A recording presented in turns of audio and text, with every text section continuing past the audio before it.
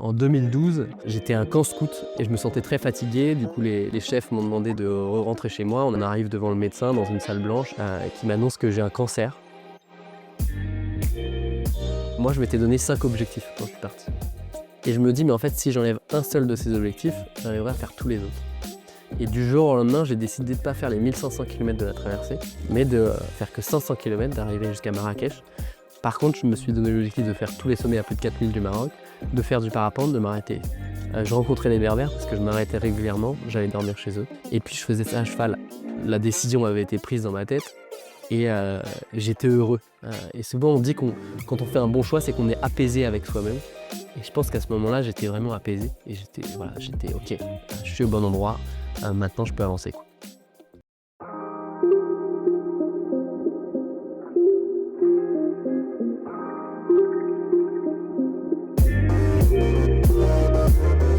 Bonjour et bienvenue, je suis Anne B et tu es sur Storylific, le podcast 100% outdoor. Je te propose de découvrir avec moi des aventuriers, sportifs de haut niveau et autres dévoreurs de vie qui vont te parler de leur parcours inspirant pour réveiller ton envie de vivre tes rêves. Car si eux l'ont fait, toi aussi tu peux le faire, surtout si tu leur piques leurs meilleures astuces.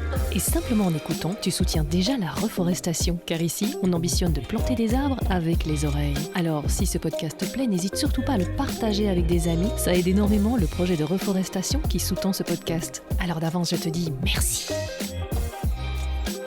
Audace, résilience et optimisme, ce sont les 3 clés qui animent mon invité de ce jour, Gaël Meunier, aventurier qui a choisi le monde comme maison. Et comme moyen de transport, là, c'est beaucoup plus aléatoire. Il y a du ski, de la moto, du vélo, du cheval, du parapente ou ses 2 jambes. Gaël n'a qu'une obsession, traverser. Traverser la géographie, mais aussi traverser des vies, car si Gaël parle avec vous sans parler de rencontres, je pense que vous n'êtes pas en train de parler avec Gaël Meunier. C'est d'ailleurs l'un des rares invités qui a beaucoup insisté pour un présentiel. Cher Gaël, ça aurait été avec un tel plaisir si la géographie justement n'avait pas pourvu autant de kilomètres entre nous, mais je suis sûre que nous nous croiserons prochainement.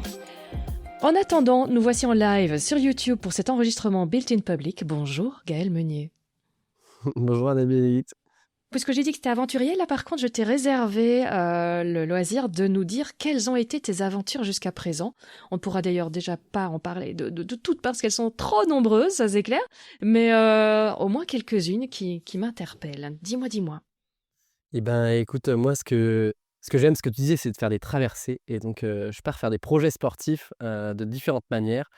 Euh, J'en ai fait à plusieurs, j'en ai fait tout seul, j'en ai fait accompagné d'animaux à cheval. euh, et ce que je retiens, c'est que ce que j'aime, c'est le temps long. Donc, moi, qu'est-ce que les aventures? C'est partir longtemps, entre 1 et 2 mois par an, pour faire des projets assez longs. Et donc si je t'en raconte quelques-uns, la première que j'ai faite, c'était avec des copains. On est parti pendant 1 an, on s'est donné 5 défis sportifs à réaliser. On a fait Lyon-Istanbul à vélo pendant 2 mois et demi, 5400 km de vélo, d'abord par les Alpes, les cols des Alpes, puis après toutes les plaines jusqu'à Istanbul. Après, on a fait un projet, on est parti en Suède, on a acheté un van qu'on a aménagé, on est parti faire du ski de randonnée et du ski nordique. Donc du ski de randonnée, c'est le fait de monter avec des pots de phoque qu'on met sous les skis pour grimper à la force des jambes, puis on enlève ces pots de phoque arrivé en haut et on glisse en descente. Et le ski nordique, ça s'accommode plus avec comme du ski de fond. Donc c'est à plat, par contre c'est du ski de fond mais en hors piste. Donc on a des petites écailles qui sont sous les skis, on les enlève jamais, elles font partie du ski. Et on est parti là 20 jours en autonomie totale dans un grand désert de neige qui s'appelle le Sarek en Laponie suédoise, donc tout au nord de la Suède. Et là l'idée c'était de vivre 20 jours à 3 copains en fait, dans le désert, quoi. Il n'y avait rien. C'est ce qui est assez fou dans ce projet-là, c'est qu'on est tous les 3 ressortis avec plein de projets différents, notamment parce qu'on a eu 8 jours de mauvais temps sur les 20 jours et en fait, on a eu le temps d'apprécier l'ennui et le fait d'avoir qu'une chose à faire, c'était de cogiter, d'avancer. Et tous les jours, on réfléchissait, puis on est ressorti avec différents projets. Oui, Ce ça c'est projet-là, marrant, j'avais vu un peu le documentaire où vous disiez mais tous quoi, tous les fois vous aviez des nouveaux projets, des nouvelles directions qui ont été concrétisées en plus, donc c'était pas juste une zine comme on dirait chez moi, une toque passagère. Exactement. Et ce projet, il m'a beaucoup marqué parce que c'est pendant ce projet-là que je me suis dit que j'avais envie d'essayer de vivre de mes aventures. J'avais envie d'en faire un métier. À l'époque, c'était juste après mes études d'ingénieur. J'avais posé enfin, j'avais pris une année de sabbatique. Et donc, je me suis dit, OK, j'ai envie d'essayer de vivre de ça. Comment est-ce qu'on fait pour vivre de ça? Je m'étais renseigné un peu à droite à gauche. J'ai continué avec le projet, donc on avait encore un an, on avait fait que 6 mois. Là, on est parti faire une traversée à pied entre l'Albanie, la Macédoine et la Grèce. Et on a fait un peu de survie avant aussi, 6 jours de survie en Macédoine du Nord.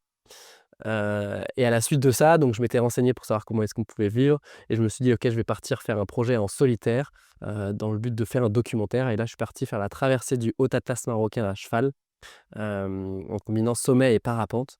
Et l'idée, c'était de traverser les montagnes du Haut Atlas marocain. À l'époque, avant de me dire que j'allais faire ce projet, je connaissais pas encore le Maroc, je savais pas qu'il y avait des montagnes. C'est en écoutant un podcast que j'ai entendu une dame qui disait: «Mais il y a des montagnes au Maroc». Je fais: «Comment ça, il y a des montagnes au Maroc?» J'ai envie d'aller voir. Ça tombait bien sur le planning, j'avais 2 mois devant moi, c'était pas trop loin de la France et je suis parti en moto pour aller jusqu'à là-bas. Arrivé là-bas, j'ai acheté ma jument et on est parti pendant 1 mois et demi ensemble, Ça, on va avant de revenir revenir, dessus, clairement. Mmh. Oui, oui. donc ça, c'était un beau projet aussi, premier projet en solitaire. Et après j'ai fait Mmh. différents projets de traversée de montagnes en parapente principalement. Je suis passionné de parapente depuis la fin de mes études. Et donc le Maroc, c'était le premier projet où je faisais un peu de parapente et derrière j'en ai fait beaucoup plus, au travers de grands projets assez longs, la traversée des Alpes, la traversée du Caucase et la traversée des Pyrénées. Et là, l'idée, c'est de voler le plus possible la journée, de dormir en bivouac, en montagne et puis de repartir décoller le lendemain matin. OK, génial. Ce qui était peut-être intéressant à souligner, c'est, de bien connaître son équipe. Parce que vous étiez partis comme ça, on s'entend bien, ça ira bien, pas de problème. Et puis, il y a eu quand même quelques prises de bec, qui sont arrivées, mais ça n'a pas entaché votre amitié à long terme, on rassure tout le monde tout de suite. Mais c'était intéressant ce qui s'est passé et la leçon qu'il y avait à en tirer. Tu peux nous en parler? Ouais, bien sûr. Donc là, on est partis donc avec 4 copains. C'était une année sabbatique après nos études. Donc l'idée, c'était de se donner du temps pour voyager. La première chose de base, c'était, je me souviens, je suis arrivé dans la chambre d'un de mes copains avec des cartes du monde et je lui ai dit: «On part où?» Finalement, de fil en aiguille, on a créé des projets sportifs et on s'est dit: «OK, on va partir pendant 1 an, réaliser des défis sportifs». Et donc là, on s'est donné l'objectif de partir faire Lyon-Istanbul à vélo, enfin Lyon-Monténégro-Nice à vélo de base. Le covid s'est mêlé à ça, on a dû changer un peu l'itinéraire.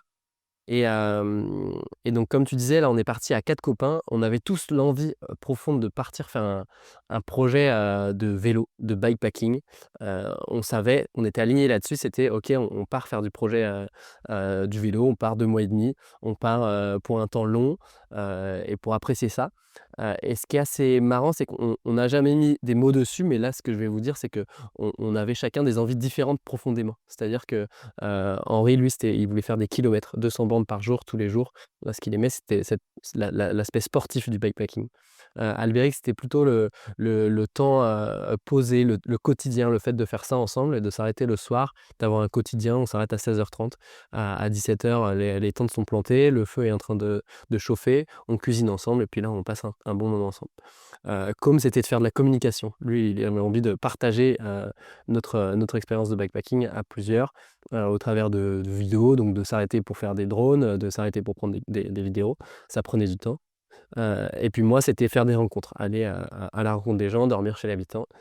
Heu et donc tout ça, quand je le dis à l'oral, c'est assez facile de se dire: «Bon, bah, c'est pas forcément possible de tout faire en même temps, Ouais. quoi». En tout cas, si on s'en est pas parlé, ça ne fonctionne pas. Et du coup, ce que je trouve assez beau, c'est qu'on a réussi à s'adapter au fur et à mesure du temps. En fait, on a beau ne pas avoir mis de mots, on a beau ne pas avoir pris peut-être le temps en amont de parler de ça. Pourtant, on avait fait des choses, hein, on avait discuté ensemble pour préparer le projet, mais on était peut-être focalisés sur: «OK, on va faire du vélo, du bikepacking, ça nous plaît, c'est trop bien». Mais on s'était pas dit: «Ah, on peut ne pas être d'accord, en fait». Heu et donc ça, on a eu du coup des conflits au début, forcément. Mmh. Et puis, au fur et à mesure du temps, on a réussi à s'adapter, à voir que chacun était un peu différent, qu'il y en avait qui avaient des besoins différents les uns des autres. Et au fur et à mesure du temps, on a fait des journées à plein de kilomètres. On a fait des journées où enfin régulièrement, on avait toujours notre quotidien, donc 16h30 tous les jours, c'était à peu près ça. Mais pourtant, parfois une fois par semaine, on allait quand même dormir chez l'habitant, on allait rencontrer des gens et on faisait des vidéos, pour com aussi de temps en temps. Mais sans s'en être parlé, ça s'est fait un peu tout seul avec l'énergie de groupe, heu, en parlant, en discutant, mais pas forcément des envies. Les mots que j'ai dit là, bah, com c'est ça, Albéric c'est ça, Henri c'est ça et Gaël c'est ça, on le savait pas quoi. Ouais, je trouve ça assez beau que c'est qu'on a réussi à s'adapter avec le temps et puis à la fin on avait une connivence assez forte entre nous et j'ai trouvé ça assez chouette. Ah oui, c'est top. Voilà, donc ça, je trouvais ça une belle manière de s'ajuster aux autres ou de... En tout cas, tu t'es dit aussi, la prochaine fois, enfin, ce sera plutôt discuter des objectifs de chacun pour pouvoir les respecter dès le début, éviter des frictions inutiles, Ouais, quoi. en fait, il y a un truc, que je trouve important, c'est dans n'importe quel projet, que ça soit un projet, personnel, sportif, d'entrepreneuriat, de famille. Bon, la communication, on en parle beaucoup, mais c'est, de chacun de son côté, de réfléchir à la question, enfin réfléchir en profondeur, personnellement, moi, Gaël Meunier, sans avoir l'avis des autres, de le donner à l'autre, sans qu'il ne n'émette, enfin, qu'il soit dans l'écoute, quoi et que chacun donne son avis et ensuite, on voit qu'est-ce qu'on fait avec. Heu, mais souvent, on a tendance à dire quelque chose et les personnes du groupe vont tout de suite réagir et elles ont pas eu le temps de dire ce qu'elles voulaient et du coup, parfois, on n'a pas eu le temps de comprendre forcément quelle était la profondeur du truc et du coup, ça avance moins bien que si on prend le temps de s'écouter, quoi. Donc, tu fais des conférences en entreprise, ça, c'est le moment de le glisser, parce qu'effectivement, dans une équipe, dire bon l'objectif c'est ça, ben, si on le détaille pas un petit peu parfois, ben, on croit que c'est tellement évident que tout le monde va comprendre que c'est comme ça que ça va se passer. En fait, non, il faut bien expliciter les tenants aboutissants, comment on voit les choses et laisser aux autres aussi le temps d'exprimer comment eux voient les choses. Parce qu'enfin on a des grosses surprises en se disant enfin c'est évident, ben non c'était évident pour toi en fait. Donc Exactement. qu'on n'allait pas rouler 200 kilomètres tous les jours comme des bourrins. Et non, ça n'est pas le kiff de tout le monde, mais ça, c'est vraiment un truc que j'entends souvent dans les voyages à vélo, avec un qui a envie de regarder autour de lui, de s'émerveiller, et l'autre qui a juste envie d'avaler des kilomètres. Voilà, c'est une des choses qui revient assez régulièrement. Parce que justement, on a tous une vision de l'aventure, il n'y a pas qu'une définition de l'aventure, je ne sais pas quelle est celle que toi tu donnes, mais il y en a autant que de personnes, en fait. Ouais, bah, si tu veux que j'ai un texte que je vais la retrouver, je dois chercher en même temps. C'est que j'ai pris le temps de noter la définition, heu, Ah bah de voilà. l'aventure pour moi. Je vais la retrouver sûrement ici. Je l'ai utilisé il y a pas longtemps. Normalement, j'aime bien, je le lis pendant les conférences et je demande aux gens de Ah fermer voilà. les yeux, pour qu'ils voilà, ils s'adaptent avec ce que je dis, quoi. Mhm. En podcast, ce Heu, sera très bien, du coup. Ça Bon. sera très bien en podcast. Mm. Si je devais donner une définition de l'aventure, ça serait celle-ci. L'aventure, c'est le choix de l'inconnu. C'est partir sans tout savoir, avec une forme d'insouciance, de confiance, et l'envie profonde de découvrir. C'est faire face aux imprévus, rebondir quand ça coince, improviser quand il n'y a plus de plan. C'est l'élan vers l'avant, le mouvement, l'envie d'être acteur de sa vie. L'aventure, c'est le passage à l'action. C'est accepter de se tromper, de changer de cap, de douter parfois, mais d'avancer quand même. C'est une philosophie de vie. S'ouvrir à la critique, se nourrir du réel, des rencontres, des éléments. C'est apprendre de ce qui nous entoure, voir la richesse de la nature, la beauté du simple, la force du vivant. L'aventure, ce n'est pas forcément partir loin. C'est une manière de regarder le monde, une manière d'être au monde. C'est toi, c'est moi, c'est nous. Nous sommes tous des aventuriers du quotidien, à notre façon, avec nos limites, nos élans, notre zone de confort. L'aventurier, c'est l'enfant qui est sorti du ventre de sa mère. Eh ben dis donc, c'est trop bien. Génial, génial. J'adore, j'adhère. C'est vraiment, pour moi, c'est effectivement une manière de voir la vie. Et ta manière de voir la vie a été fortement influencée, impactée, effectivement, à l'année de tes 15 ans, évidemment. Impossible de faire un podcast avec toi sans en parler pour ceux qui te découvrent. Est-ce que tu peux nous parler de cette année très particulière? Ouais, en 2012, Heu, j'étais à un camp scout, je faisais du scoutisme et je me sentais très fatigué. Du coup, les chefs m'ont demandé de rentrer chez moi. On a fait des prises de sang, jusqu'au moment où on arrive devant le médecin dans une salle blanche. Il y avait, le médecin en face de moi, ma maman à côté aussi, qui m'annonce que j'ai un cancer. Donc OK, je commence à pleurer, enfin ma maman se met à pleurer et je me souviens de m'allonger sur ses genoux, heu et de lui dire: «Maman, c'est pas grave» et j'avais plus de tristesse à ce moment-là de voir qu'elle, elle pleurait que moi, j'avais un cancer, j'avais pas encore pris conscience et dans la conversation, elle dit aussi, que c'est 100 remboursable. Les soins pour ce genre de cancer en France sont 100 remboursés et moi, je vais entendre c'est 100 guérissable. Donc pendant toute la période du traitement, je vais avoir 4 mois de traitement, mais même pendant 2 ans après, je vais jamais penser que je vais pouvoir mourir, que j'aurais pu mourir. Alors qu'un cancer, par définition, bah, on peut en mourir. C'est 2 ans après que je me renseigne, je me dis: «Ah oui, OK, je suis passé par là», Bon, c'était fort, hein, je dis pas que voilà, c'était pas compliqué. J'ai perdu mes cheveux, j'ai eu de la chimio pendant 4 mois, c'était voilà, c'était pas une période facile de sa vie, mais pour autant, j'ai toujours eu cette dans ma tête, je me suis toujours dit que j'allais m'en sortir, quoi. En fait, voilà, je voyais pas l'aspect, «Gaël, tu peux mourir, tu vas partir, quoi». Mmh mh. Donc comme quoi, parfois, écouter de travers, ça peut servir. Message à tous les professeurs des écoles. Non, c'est vrai, j'ai parfois cette discussion avec mon mari, qui est chirurgien, et donc le devoir d'informer les patients, et cetera. J'ai dit: «Mais tu sais que Ouais. parfois, je suis sûre que tu en enterres, hein, en leur disant cash, voilà, ces statistiques qui en plus, ne sont pas très une science exacte. Je pense que parfois, laisser l'espoir à la personne pour qu'elle ait toutes ses ressources pour y croire, c'est important». Donc voilà, donc ça, je me disais: «Tiens, ça c'est rigolo, cette histoire de 100 remboursable». Donc tu l'as dit, tu fais du scoutisme. Il y a un aspect qui est intéressant chez toi qu'on n'entend pas souvent, parce que autant quelqu'un qui va faire une retraite, je ne sais même plus comment elle s'appelle, en Inde, ou passer du temps dans des temples, etc., avec les moines bouddhistes, ça fait rêver. Autant quand on prie chez nous, bon, pas trop en fait. C'est pas assez exotique, je sais pas. Et pourtant, c'est exactement la même chose. Euh, la prière, c'est de la méditation. Et toi, c'est un aspect dont tu ne parles pas souvent. Tu m'as demandé des questions qui t'étonnent un peu, qui t'emmènent un peu ailleurs. Ben voilà, tiens. Ah, ben, tu m'as provoqué. Eh ben, maintenant, assume. Enfin, si tu veux bien nous en parler, parce que je trouve que c'est quelque chose de très intéressant. Je l'amène peut-être un peu tôt dans la conversation, mais c'est parce que c'est quand même fort lié quand on vit quelque chose de très dur dans sa vie. Ça peut être un soutien. Je ne sais pas si toi, cette fois que vous vivez très fort en famille, hein, ton père est très impliqué dans l'aide aux églises. Attends, je L'aide ne à sais plus. l'église en détresse, l'AED. Voilà, voilà. Je ne savais même pas que ça existait. Donc, c'est les endroits dans le monde où l'Église a du mal, c'est ça? Ou Exactement, c'est pour aider les chrétiens persécutés dans le monde. voilà. Donc c'est une Eh association ben, il y qui a du vient boulot. accompagner et aider ces gens-là, Mhm. pour qu'ils aient aussi leur place, et je pense que dans chaque religion, il peut y avoir ce genre de choses. J'aime bien différencier la foi des valeurs chrétiennes. Quelqu'un qui a des valeurs chrétiennes, c'est le fait de enfin tout le monde peut avoir des valeurs chrétiennes. Aujourd'hui, je trouve que c'est quelque chose de super bon.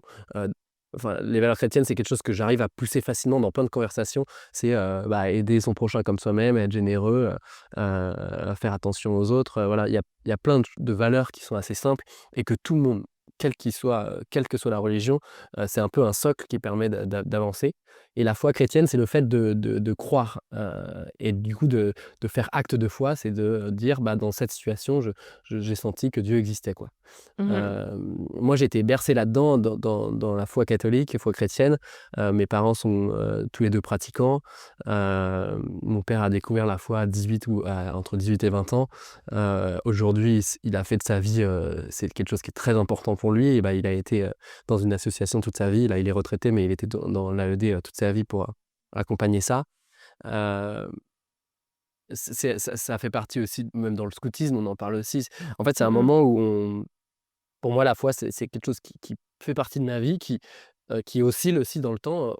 On peut avoir des moments très forts et dans la foi hyper, voilà, où on se dit: «Mais OK, Dieu est présent, quoi» et d'autres moments où, bah, OK, il est pas là, ça m'embête un peu, quoi, qu'est-ce que je fais? Heu et ce que j'apprécie, c'est garder ces valeurs chrétiennes dans mon quotidien, heu on dit souvent, enfin, je me souviens, donc je vais à la messe le dimanche. C'est en gros la messe, c'est l'endroit où les chrétiens se retrouvent pour prier. Et il y a un prêtre qui est là et lui, c'est un peu notre, c'est la personne qui vient nous guider aussi, qui retransmet en fait ce que Jésus nous a transmis. Et il fait une homélie. Une homélie, c'est une conférence un peu après chaque, lecture pour expliquer la lecture du jour. Hem et il y a quelque chose qui revient souvent, c'est, heu, vous allez pas toujours voir ce que la foi va vous donner, mais un jour ça vous tombera dessus. Et moi, je crois pertinemment en ça, c'est-à-dire qu'aujourd'hui, j'ai jamais eu de choses hyper claires, quoi. Pas je prie Mmh. souvent pour me dire: «J'ai envie d'avoir un truc hyper fort, hyper clair». Il y en a qui ont eu ça et qui ont eu le miracle, par exemple, bah, ils marchaient pas, ils sont allés à Lourdes, ils se sont baignés dans un bain, ils sont ressortis, ils marchaient. Bah, ça, c'est un acte, enfin, et c'est un miracle, quoi. Et donc là, ça nous tombe dessus, OK, on est dessus. Moi, j'ai pas eu ça, j'ai été bercé dedans, donc forcément, ça peut osciller. Par contre, j'ai des moments hyper forts dans ma vie, bah, la traversée du Caucase notamment, je m'étais donné, c'était la première objectif que je m'étais donné, donc c'était d'écrire un livre. Et donc pour faire ça, je m'étais dit tous les matins, je lirai la parole de Dieu et ça me pourra m'inspirer pour écrire. Et je me souviens d'une journée où j'étais en train de marcher, j'avais vu des traces d'ours quand j'étais en train de monter et je me suis mis à pleurer, mais je ne savais pas pourquoi. Et j'étais bercé par une tendresse, heu, c'était des larmes de joie. C'était la première fois de ma vie, je crois, que j'ai eu des larmes de joie, à part dans un fou rire, mais c'était différent. Là, j'ai à la fois la sensation d'être triste dans le sens où ça coulait à flot, quoi, mais j'étais heureux, j'étais pleinement moi-même. Et je crois que c'était un des plus beaux signes que j'ai eu, c'est OK, là, je me suis donné l'objectif pendant, 2 mois de prier tous les jours, d'avoir cette régularité. Et là, j'ai quelque chose qui m'arrive que je n'ai pas choisi, qui me tombe dessus et je trouve ça hyper fort, quoi. Mmh. Heu, donc j'aime bien partager ça, j'aime bien dire: «Bah, OK, si vous avez pas la foi, il y a pas de problème, de toute façon ça arrivera peut-être un jour et j'espère pour vous que ça vous arrivera». Par contre mmh, d'avoir un guide un peu, en fait, heu, qu'importe la religion, j'aime bien aller du coup dans le Caucase, c'est des musulmans, 80 de musulmans, 98 de musulmans dans la Tchétchénie. C'est pas la même religion, mais il y a quand même cette, hem la foi, c'est, un socle qui permet d'avancer et d'être guidé. Et quand on est perdu, bah, en fait, on revient dessus. OK, est-ce que je prends la bonne décision ou pas là?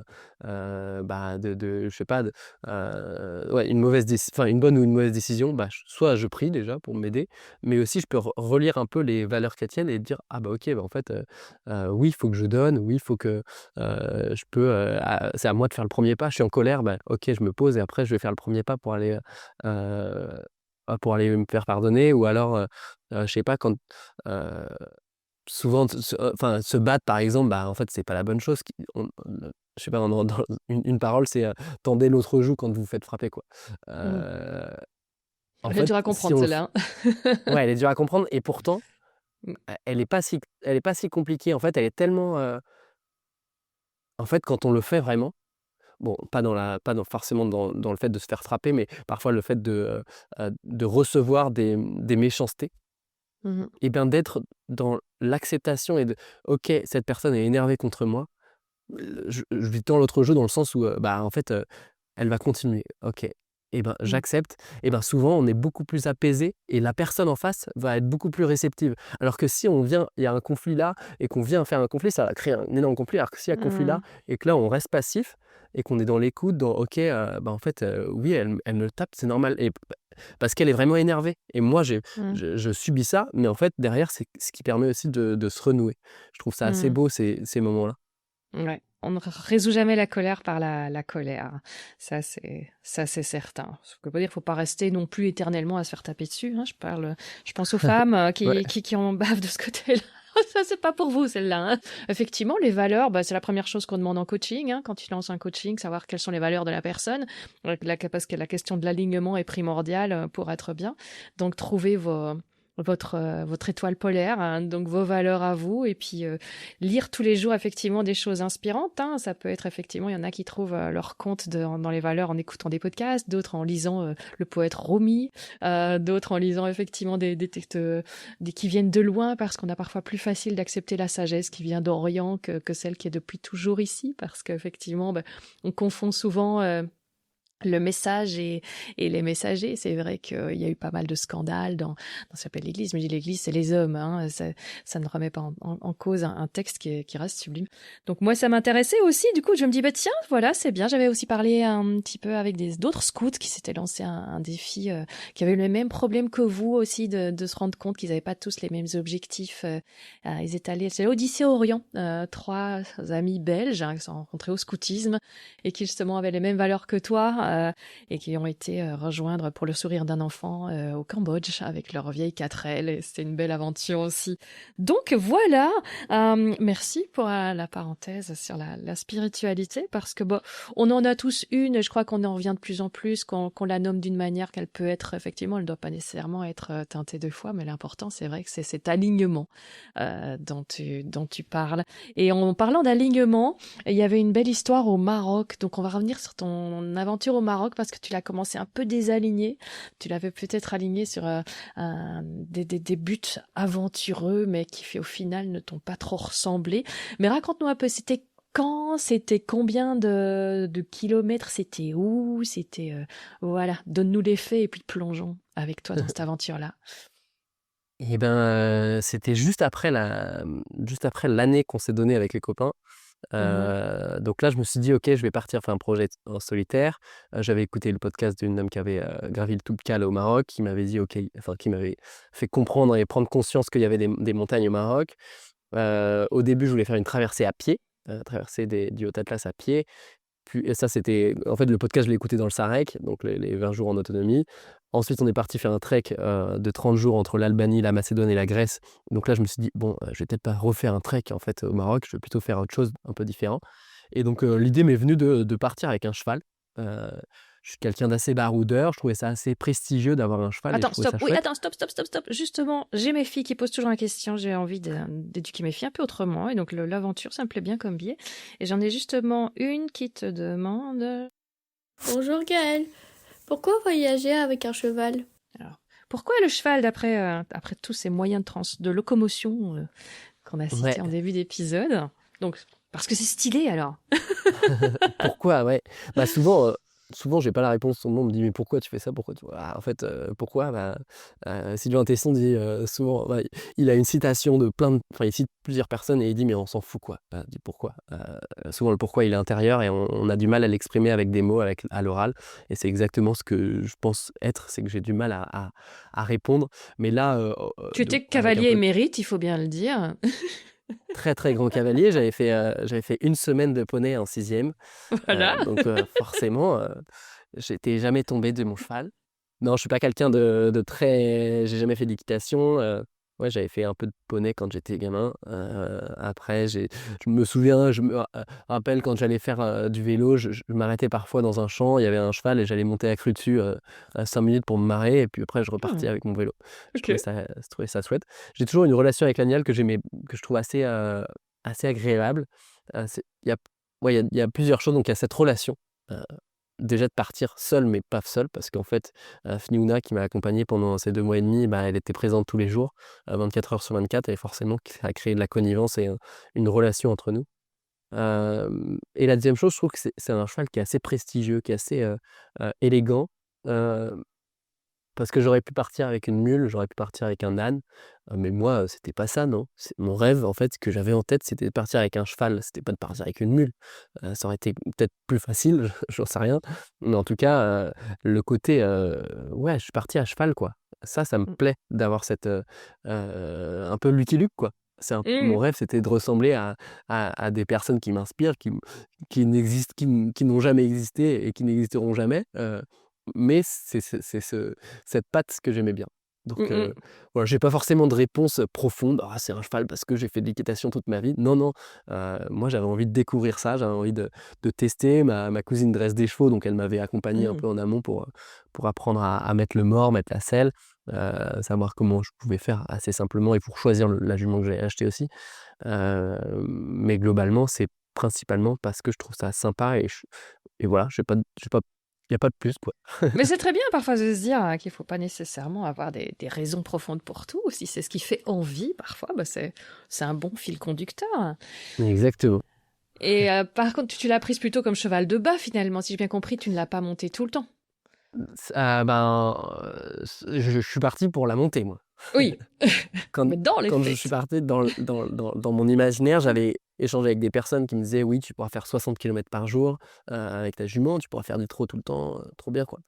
Dans la réalité, je suis arrivé les 15 premiers jours, donc je suis arrivé à Khnifra, donc j'ai cherché ma jument, j'ai trouvé Fniouna, qui était là après quand même pas mal de temps de recherche. J'ai fait peut-être une trentaine de chevaux d'abord en un par un chez des fermiers, chez des habitants. Puis après, ils étaient tous assez mal en point et j'ai décidé d'ouvrir un peu plus et d'aller dans des écuries, de mettre un peu plus de budget. Donc j'ai fait une première écurie, j'ai rien trouvé. La deuxième, j'ai trouvé Fniouna. J'ai fait un tour avec elle, elle était parfaite. Je montais sur elle et puis pendant 3 heures, elle n'a pas bronché. J'ai fait OK, je crois que c'est la bonne. Alors que les autres, c'était plus compliqué. Et donc je suis parti et les 15 premiers jours là, c'était assez difficile. Hem, En fait, moi je m'étais donné 5 objectifs quand je suis parti. C'était de faire des sommets, donc gravir les plus hauts sommets du Maroc, de rencontrer les Berbères, de faire la traversée à cheval, de faire du parapente, heu et de faire les 1500 kilomètres de la traversée. Et en fait, ce qui s'est passé, c'est que pendant les 15 premiers jours, tout ce que je faisais, c'est que, je faisais à peu près 20 à 30 kilomètres par jour.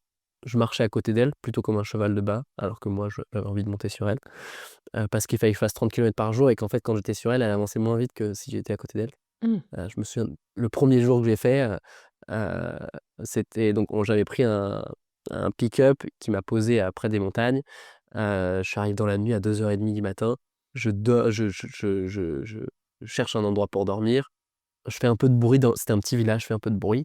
Il y a un mec qui sort à 2h30 du mat avec sa lampe frontale. Je me dis: «Merde, je vais me faire engueuler, putain», je savais pas trop quoi faire, quoi. Et puis je voyais rien en plus, il restait sur moi et comme il m'éclairait, je voyais pas du tout qui c'était, c'était une lampe assez forte. Et puis finalement, il s'éclaire et il me dit: «Viens». Et donc là, je vais rentrer, dans sa maison. Il va me proposer un petit endroit pour poser mon cheval et puis que moi je puisse dormir. Donc trop bien, c'était mon premier jour, dans les montagnes du Maroc, ça c'était magique.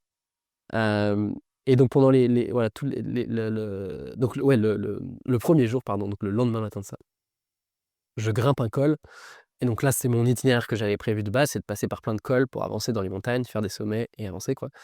Et ce premier jour-là, je monte et Fniouna, elle n'avance pas. Au bout d'1 heure et demie, elle s'arrête, quoi, tout le temps, tous les 5 mètres. Donc je prends mes affaires, je monte, jusqu'au col avec les affaires sur le dos. J'avais accroché Fniouna, je redescends chercher Fniouna, je remonte à pied avec elle. Alors que moi, je m'étais imaginé, je vais monter sur elle, on va monter ensemble, ça va être trop bien, on va faire 60 kilomètres par jour. Là, on avait fait 20 kilomètres. J'ai fait: «OK, bon, bah, il y a un problème». Du coup, j'ai dû m'adapter, donc je marchais pas mal pendant les 15 premiers jours, je marchais à côté d'elle. Je faisais pas de sommet, je faisais pas de parapente. Je rencontrais pas les berbères, enfin, je rencontrais un petit peu parce que je prenais du thé de temps en temps, mais je dormais pas chez eux parce que j'avais pas le temps, je devais avancer. Et puis le 15e jour, donc enfin, ça faisait déjà 5 jours que je me posais la question de: «Qu'est-ce que je fais en fait? Pourquoi est-ce que je suis là?» Et j'avais plusieurs options, c'est: OK, je revends ma jument, j'achète une mule. Heu, je peux, revendre ma jument, partir à pied. Je peux changer un peu mes objectifs. Je peux, ralentir et voilà, changer un peu tout ça. Et donc je relie ces objectifs-là, donc les 5 objectifs, faire des sommets, faire du parapente, rencontrer les berbères, faire ça à cheval et faire les 1500 kilomètres de la traversée. Et je me dis: «Mais en fait, si j'enlève un seul de ces objectifs, j'arriverai à faire tous les autres». Et du jour au lendemain, j'ai décidé de pas faire les 1500 kilomètres de la traversée, donc pas de relier, Khnifra à Agadir comme je l'avais imaginé, arriver à l'océan, mais de, faire que 500 kilomètres, d'arriver jusqu'à Marrakech. Par contre, je me suis donné l'objectif de faire tous les sommets à plus de 4000 du Maroc, de faire du parapente, de m'arrêter je me suis arrêté sur 2 sites de parapente pour voler pendant quelques jours. Je rencontrais des berbères parce que je m'arrêtais régulièrement, j'allais dormir chez eux, le soir. Et puis je faisais ça à cheval. Au lieu d'être comme un cheval de bas, j'étais sur elle et là, tous les jours, je montais sur elle pendant 20 kilomètres. Parfois, je marchais un peu, mais globalement, Mmh. c'était beaucoup plus comme je l'avais imaginé. Et je me souviens de ce 16e jour, le lendemain matin, heu, c'est donc la décision avait été prise dans ma tête. Et j'étais heureux. Il pleuvait dehors, il y avait mon cheval qui était pas très loin. Heu, J'étais, sous mon tarp, j'avais une sorte de tente sans fermeture. C'est juste, une bâche qu'on met au-dessus de soi pour être protégé de la pluie. et j'étais heureux, j'étais hyper heureux, comblé d'une joie et je me suis dit: «Mais en fait, j'ai encore rien changé à l'instant T». J'avais encore rien fait quoi, j'avais pas encore fait de sommet, pas encore fait de parapente et pourtant j'étais sûr d'une chose, c'est que j'avais fait le bon choix. Et souvent on Génial. dit qu'on quand on fait un bon choix, c'est qu'on est apaisé avec soi-même et Mmh. je pense qu'à ce moment-là, j'étais vraiment apaisé et j'étais voilà, j'étais OK, je suis au bon Mmh. endroit, maintenant je peux avancer quoi. Ouais, génial. Ah ouais, ouais, c'était une belle histoire, je trouve, justement. Et le regard des autres, est-ce que ça n'a pas ralenti ta prise de décision? Est-ce que tu n'avais pas peur de dire, ouais, 1500, hein, c'est plus que 500, je vais Ouais, en passer pour fait, il un y a petit joueur, je vais... ç Non? ça a été c'est pour ça que j'ai pris du temps à prendre la décision. Ça m'était déjà arrivé avant dans un autre projet, de survie où on devait faire 30 jours, on a fait que 6 jours de survie. Pendant 2 jours, j'étais pas bien à me dire: «Mais qu'est-ce que tu as abandonné quoi?» Surtout qu'on avait dit qu'on ne partageait pas l'information tout de suite parce qu'on avait changé de projet entre-temps. Heu, là, de la même manière, c'était, avant de prendre la décision, j'étais un peu frustré quoi et j'avais un gros point, c'est que j'avais dit que je faisais la traversée des Alpes, la traversée du Haut Atlas et pour moi, une traversée, c'est une traversée quoi. C'est d'aller d'un point A à un point B mais totalement, dans la longueur. La traversée des Alpes, c'est du bout à l'autre quoi. La traversée du Caucase, c'était de l'océan à la mer. La traversée des Pyrénées, pareil de l'océan à la mer et en fait, donc ça m'a pesé un peu, de me dire: je vais pas faire la traversée». Mais l le point qui m'a permis de réussir, c'est de me dire: «Mais quels sont mes objectifs, en fait? Quels sont les autres objectifs? Pourquoi est-ce que celui-là, il prend plus de dessus? Juste parce que j'ai dit aux autres que c'était traverser du Haut Atlas? Ou est-ce que, en fait, je leur ai dit aussi que j'allais faire des sommets, je leur ai dit aussi que j'allais faire du parapente?» Oui, le titre de la traversée, le titre du projet, c'était traverser du Haut Atlas, mais c'était aussi faire du parapente, c'était aussi faire des sommets, c'est aussi faire ça à cheval. Donc si j'avais fait la traversée en entier, mais que j'avais pas fait ça à cheval, peut-être que j'aurais eu aussi le regard des autres différent qui m'auraient dit: «Beh, Gaël, tu pas fait ça à cheval, tu dit que tu fais ça à cheval» et donc le regard des autres, c'est hyper personnel, en fait, c'est marrant parce que c'est les autres qui t'impactent, mais en fait, c'est toi qui t'impactes tout seul, parce que tu te dis: «Merde, je vais me faire juger» et souvent, c'est complètement une erreur. C'est vraiment intrinsèque, quoi et donc quand j'ai pris conscience de ça, heu, déjà, j'ai téléphoné un peu aux copains, je leur ai dit: «Bah, voilà, je sais pas trop quoi faire». À chaque fois, ils me disaient: «Mais, nous, on s'en fout, enfin, il y a pas de traversée, pas traversée. Déjà, ce sera une traversée, 500 kilomètres, c'est déjà pas mal, mais en plus, tu feras ça vraiment comme tu as envie de le faire» et nous, c'est souvent, ils re c'est ça qui revient, c'est: «Nous, on s'en fout». Faire en fait, ce qui nous intéresse, c'est que tu sois heureux, c'est que tu fasses quelque chose qui te donne envie, quoi et donc de faire ça, j'ai trouvé ça, c'est chouette. Ça veut pas dire qu'à chaque fois, il faut que ce soit comme ça. Quand on a un défi de performance, si le défi performance, c'est la performance, oui, c'est le sujet le plus important. Mais pour moi, c'était pas du tout la performance, c'était pas du tout les 1500 qui étaient intéressants, c'était de faire justement ce projet en solitaire. C'était déjà assez dur d'être en solitaire, je pense que c'était le plus gros truc, c'était d'être en solitaire, de faire un documentaire, de m'arrêter tout le temps pour filmer et de rencontrer les mères de faire un cheval, de faire des sommets. C'est ça qui m'animait, quoi. Donc je pense que c'est ouais, le fait de prendre son temps, de prendre du recul sur son projet, de faire un peu un pas de côté. J'ai mis 5 jours à prendre la décision. Je me souviens, je me suis arrêté en gros entre le 13 et le 15e jour, je me suis arrêté 2 jours dans un gîte. Quelques jours avant, j'avais téléphoné à des copains, ils m'avaient dit: «Mais prends du temps». Je pleurais, j'étais assez triste parce que je me disais: «Mais merde, j'arrive pas à faire ce que je veux, quoi. Pourquoi je suis là? Ça avance pas». Ma jument, je la porte, j'étais fatigué, je dormais mal, et ça allait pas, quoi.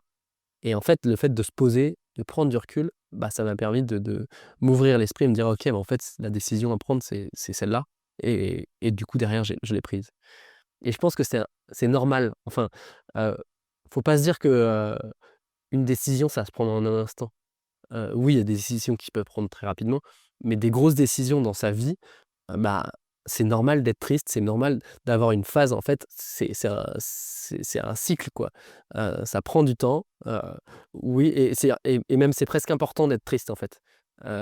Si j'avais pas été triste, peut-être que j'aurais pas, eu toute cette réflexion un peu plus poussée de, «Ah oui, c'est vrai que j'ai 5 objectifs. Ah oui, j'ai envie de changer, ça va pas, quoi». En fait, le fait d'être triste et après le fait d'être comblé, d'être en paix avec mon choix, c'est OK, j'ai fait le bon choix. Mais ça prend du temps. Mmh. C'est peut-être le bon moment pour aborder un thème que tu aimes bien aussi, je pense, c'est le fait d'accepter l'imperfection, que le perfectionnisme, vouloir absolument que tout soit absolument comme on l'avait rêvé, ça apporte une sorte d'insatisfaction permanente qui empêche de profiter et c'est vraiment très dommage.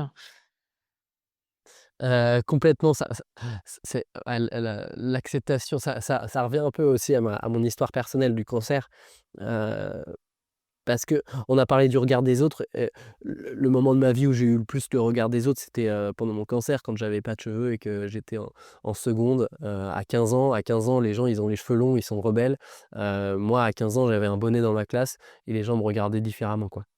Heu et la chose que j'ai faite, c'est que j'ai accepté ma différence. Je inconsciemment, hein, je pense avec l'insouciance et mon optimisme, c'était, bon, bah, OK, j'ai ça, maintenant qu'est-ce que j'en fais, quoi? J'ai le droit d'être comme tout le monde. Je me souviens de mon directeur des études. J'ai appris en juillet que j'étais malade. Donc en août, on allait voir mon directeur des études, enfin mon directeur de seconde. Qui m'a dit: «Gaël, tu sais que tu as peut-être redoublé». Moi, j'avais bouilli, j'avais dit: «Mais non, mais c'est pas possible, comment ça, je vais redoubler?» Je l'avais pas dit, mais j'étais énervé intérieurement et je me suis dit: «Mais non, mais je vais tout faire pour y arriver, quoi». Heu et donc j'ai accepté d'être différent et bah, OK, bah, je suis malade, mais c'est pas grave, je vais bosser plus, je vais prendre des cours à l'hôpital, je vais, essayer de travailler encore plus. Quand je suis fatigué, je vais accepter d'être fatigué, je vais dormir, mais au moins, il y a des moments où je serai à fond, quoi et je vais pas me Mmh. battre, en fait, je vais me laisser vivre, quoi. Je vais pas me battre dans le sens, je vais être en conflit avec moi-même. Non, je vais avancer avec moi, en fait. OK, je suis Mmh. malade, bah, j'avance avec ça, quoi. Heu et je trouve ça assez chouette d'avoir grandi là-dedans, quoi.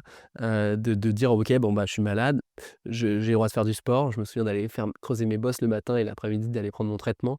Heu il y a Creuser des tes jours où bosses j'étais parce fa que tu je faisais beaucoup de VTT, c'est pardon. quoi ça, ce sport de creuser des bosses? J'ai Voilà. creusé des bosses. Il fait de Les la bosses, bah, en fait, taupe, voilà.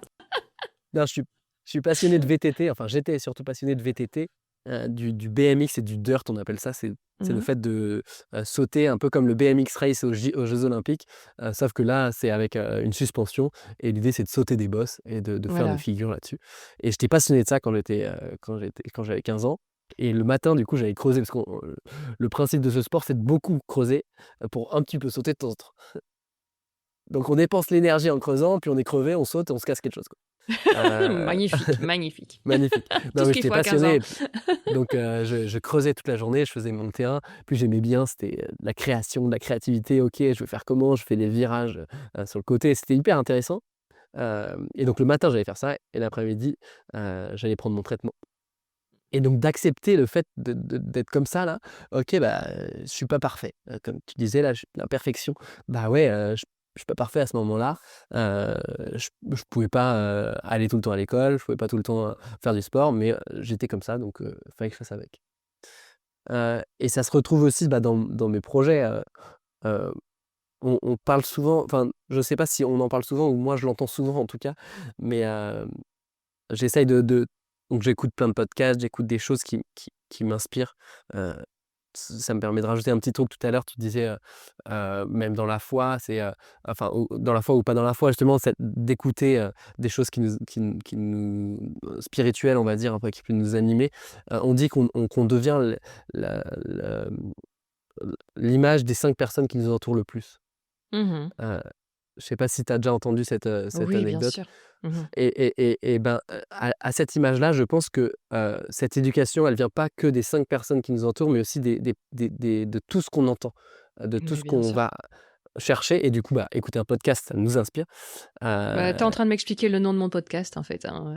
C'est une prolifération d'histoires parce que nos vies deviennent les récits auxquels, on s'expose et auxquels on finit par croire, hein, puisque Hitler était le premier à dire que dire un mensonge, suffisamment de fois, suffisamment fort, ça devenait une vérité. Donc il faut faire très attention. On vit pas mal de fiction, en fait, dans nos vies. On dit toujours que nos prisons, en fait, c'est nous qui les construisons. Donc du fait de se dire: «Ça, c'est pas possible, ça, c'est pas ça dans notre monde actuel, c'est pas possible», et cetera. Donc il faut faire très attention aux récits auxquels on croit, que ce soit les fictions collectives de ce qui peut créer ou non une politique, hein, enfin voilà, un système, ou alors effectivement nos propres limitations. Donc écouter des récits inspirants, en tout cas c'est ce que j'essaie modestement de faire, mais je trouve que le biais de l'aventure nous montre tellement d'impossibles devenus possibles que peut-être qu'on se dire que les limites, finalement, elles sont sans doute beaucoup, beaucoup plus loin que ce qu'on pense, que ce qu'on s'autorise à penser. Donc voilà, donc je suis tout à fait avec toi, là, y a pas de souci. Parfait. Du coup, de s'entourer, de bien en écoutant des moi j'écoute pas mal de podcasts pour avancer. Mhm. Et c'était pour parler de l'imperfection. Non et donc ouais, dans mes aventures, du coup, je voulais dire par rapport à ça, c'est qu'on entend souvent aussi, que c'est le chemin qui est important et pas l'arrivée, quoi. Mais carrément. Heu et ben, dans cette image-là, quand je pars, je me donne cette liberté d'y aller pour le chemin. J'ai des objectifs, mais qui sont souvent assez larges, en fait. Là, on va partir faire la traversée des Alpes en ski de randonnée avec un copain, Thibaut. L'idée, c'est de partir 82 jours dans les Alpes, à la force de nos jambes avec des skis de randonnée. Un sac à dos, on part sans duvet pour dormir dans les cabanes tous les soirs. Hem et on s'est donné l'objectif de partir 82 jours, mais on ne sait pas où on s'arrête. Et je trouve ça assez chouette de ce en fait, on a choisi, nous, qu'est-ce qui est important pour nous? Il y a 3 choses. La première, c'est, heu, de laisser place à l'amitié en premier.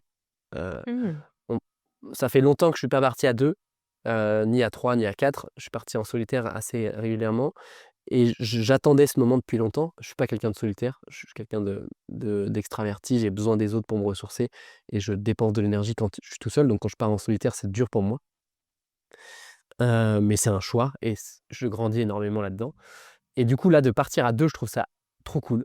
C'est la première fois que ça m'arrive et on a fait le choix donc de le 1er objectif, c'est OK, on part à 2, c'est vraiment le plus important. Le deuxième objectif, c'est de faire du sport et de se dépenser, de contempler, d'accepter la simplicité, du temps long. C'est comme ça qu'on l'a nommé et le troisième, c'est de communiquer, de partager. J'aime beaucoup ça et c'est important pour moi de le faire. Oui, on part à 2, mais en fait, j'ai envie d'en faire profiter au plus de monde, donc à la fois, c'est en partageant sur les réseaux, à la fois, c'est en écrivant régulièrement, même, pas forcément, quand on dit communiquer, partager, c'est pas forcément à une communauté, réseaux sociaux, c'est aussi juste à notre famille, de créer un petit groupe WhatsApp avec, nos familles respectives, nos amis et de leur partager un peu notre quotidien, en backstage quoi, un peu, bah, comment ça se passe aujourd'hui et d'être factuel sur les faits. Aujourd'hui ça s'est pas bien passé, bah, on le dit. Aujourd'hui Mhm. c'était trop bien, on le dit et personnellement parce qu'en fait ça se trouve, globalement on pourra dire une journée à 2, mais on pourra aussi chacun parler de son côté, de sa perception de la journée, quoi. Mhm. Donc ça, c'est nos 3 objectifs et du coup, l'objectif principal de traverser des Alpes, en fait, il est là pour nous donner le fil rouge, mais c'est pas lui le plus important parce que nous, on ne vient pas pour faire ça. Oui, on dit 82 jours, on fait la traversée des Alpes, mais au fond de nous, c'est pas ça, c'est libre à cette simplicité de la vie. On est tellement heureux quand on part un week-end faire du ski de rando, on est tellement heureux quand on part faire un raid de 3-4 jours en ski de rando. Là, on s'est donné 82 jours pour le faire, ça va être magique. Celui qui a planté un arbre n'a pas vécu inutilement, dit un proverbe indien. Depuis le début de ce podcast, je rêve de transformer mon projet en forêt et je le fais avec l'ONG Graines de Vie et vos oreilles. Et aujourd'hui, j'ai envie de vous parler de leur programme Une forêt pour ma vie qui vous permet de compenser votre empreinte carbone en plantant des arbres. Graines de Vie propose de planter en votre nom 5760 arbres afin de compenser l'empreinte carbone de votre vie. Comment ça marche ? Un soutien étalé sur le long terme est franchement pas cher puisqu'un arbre ne coûte que 50 centimes grâce à leur approche que vous pouvez découvrir à l'épisode 2 de ce podcast. Ainsi, vous aurez planté votre forêt, mais également de l'espoir, du soutien aux communautés locales, de la solidarité, des abris pour la biodiversité et une belle dose d'inspiration pour que demain reste source d'émerveillement. Je vous mets un lien dans les notes pour découvrir ce projet en partenariat avec Storylific. La prix Nobel de la paix Wangari Maathai a dit « Lorsque nous plantons des arbres, nous plantons les graines de la paix et de l'espoir ». Au vu de l'actualité, cela me parle énormément et j'espère que ça vous parlera aussi. Je vais conclure je vais revenir juste sur le Maroc une seconde, parce que il y a quelque chose dont on n'a pas parlé. C'est d'un poster qui est le nom du documentaire que tu as tiré de cette aventure. Et c'est un peu étonnant quand on ne connaît pas l'histoire derrière ce nom. Donc j'aimerais bien te dire pourquoi est-ce que tu as appelé ça le poster ? Il y en avait quand même pas des masses dans l'Atlas. Bah, revenons en arrière, en 2012, à 15 ans, quand j'ai eu un cancer et que je me balade dans les couloirs de l'hôpital et que je vois un poster et moi j'appelle ça un poster, mais c'était des photos avec des textes, d'un monsieur qui dit avoir été malade et qui, vient de gravir l'Everest. Heu et moi, à cette époque-là, donc j'étais malade, j'avais pas de cheveux et je me dis: «Mais en fait, moi aussi, je vais pouvoir faire ça. Moi aussi, je vais pouvoir faire des projets sportifs». Pas c'est même pas ça, c'était moi aussi, j'ai le droit de vivre, en fait, plutôt à ce moment-là. C'était moi aussi le droit d'aller creuser mes bosses le matin et d'aller, prendre mon traitement les heures suivantes. Heu, Ce monsieur, il m'a donné l'envie de continuer de faire du sport, de continuer de me battre et de me dire peut-être qu'un jour je pourrais faire des projets chouettes, pas forcément dans l'aventure. Souvent on me dit: «Mais est-ce que c'est le poster qui t'a donné envie de faire ce que tu fais aujourd'hui?» Non, c'est pas vrai. Ce qui m'a donné envie, c'est de continuer de faire du sport, de me battre pour pouvoir avancer.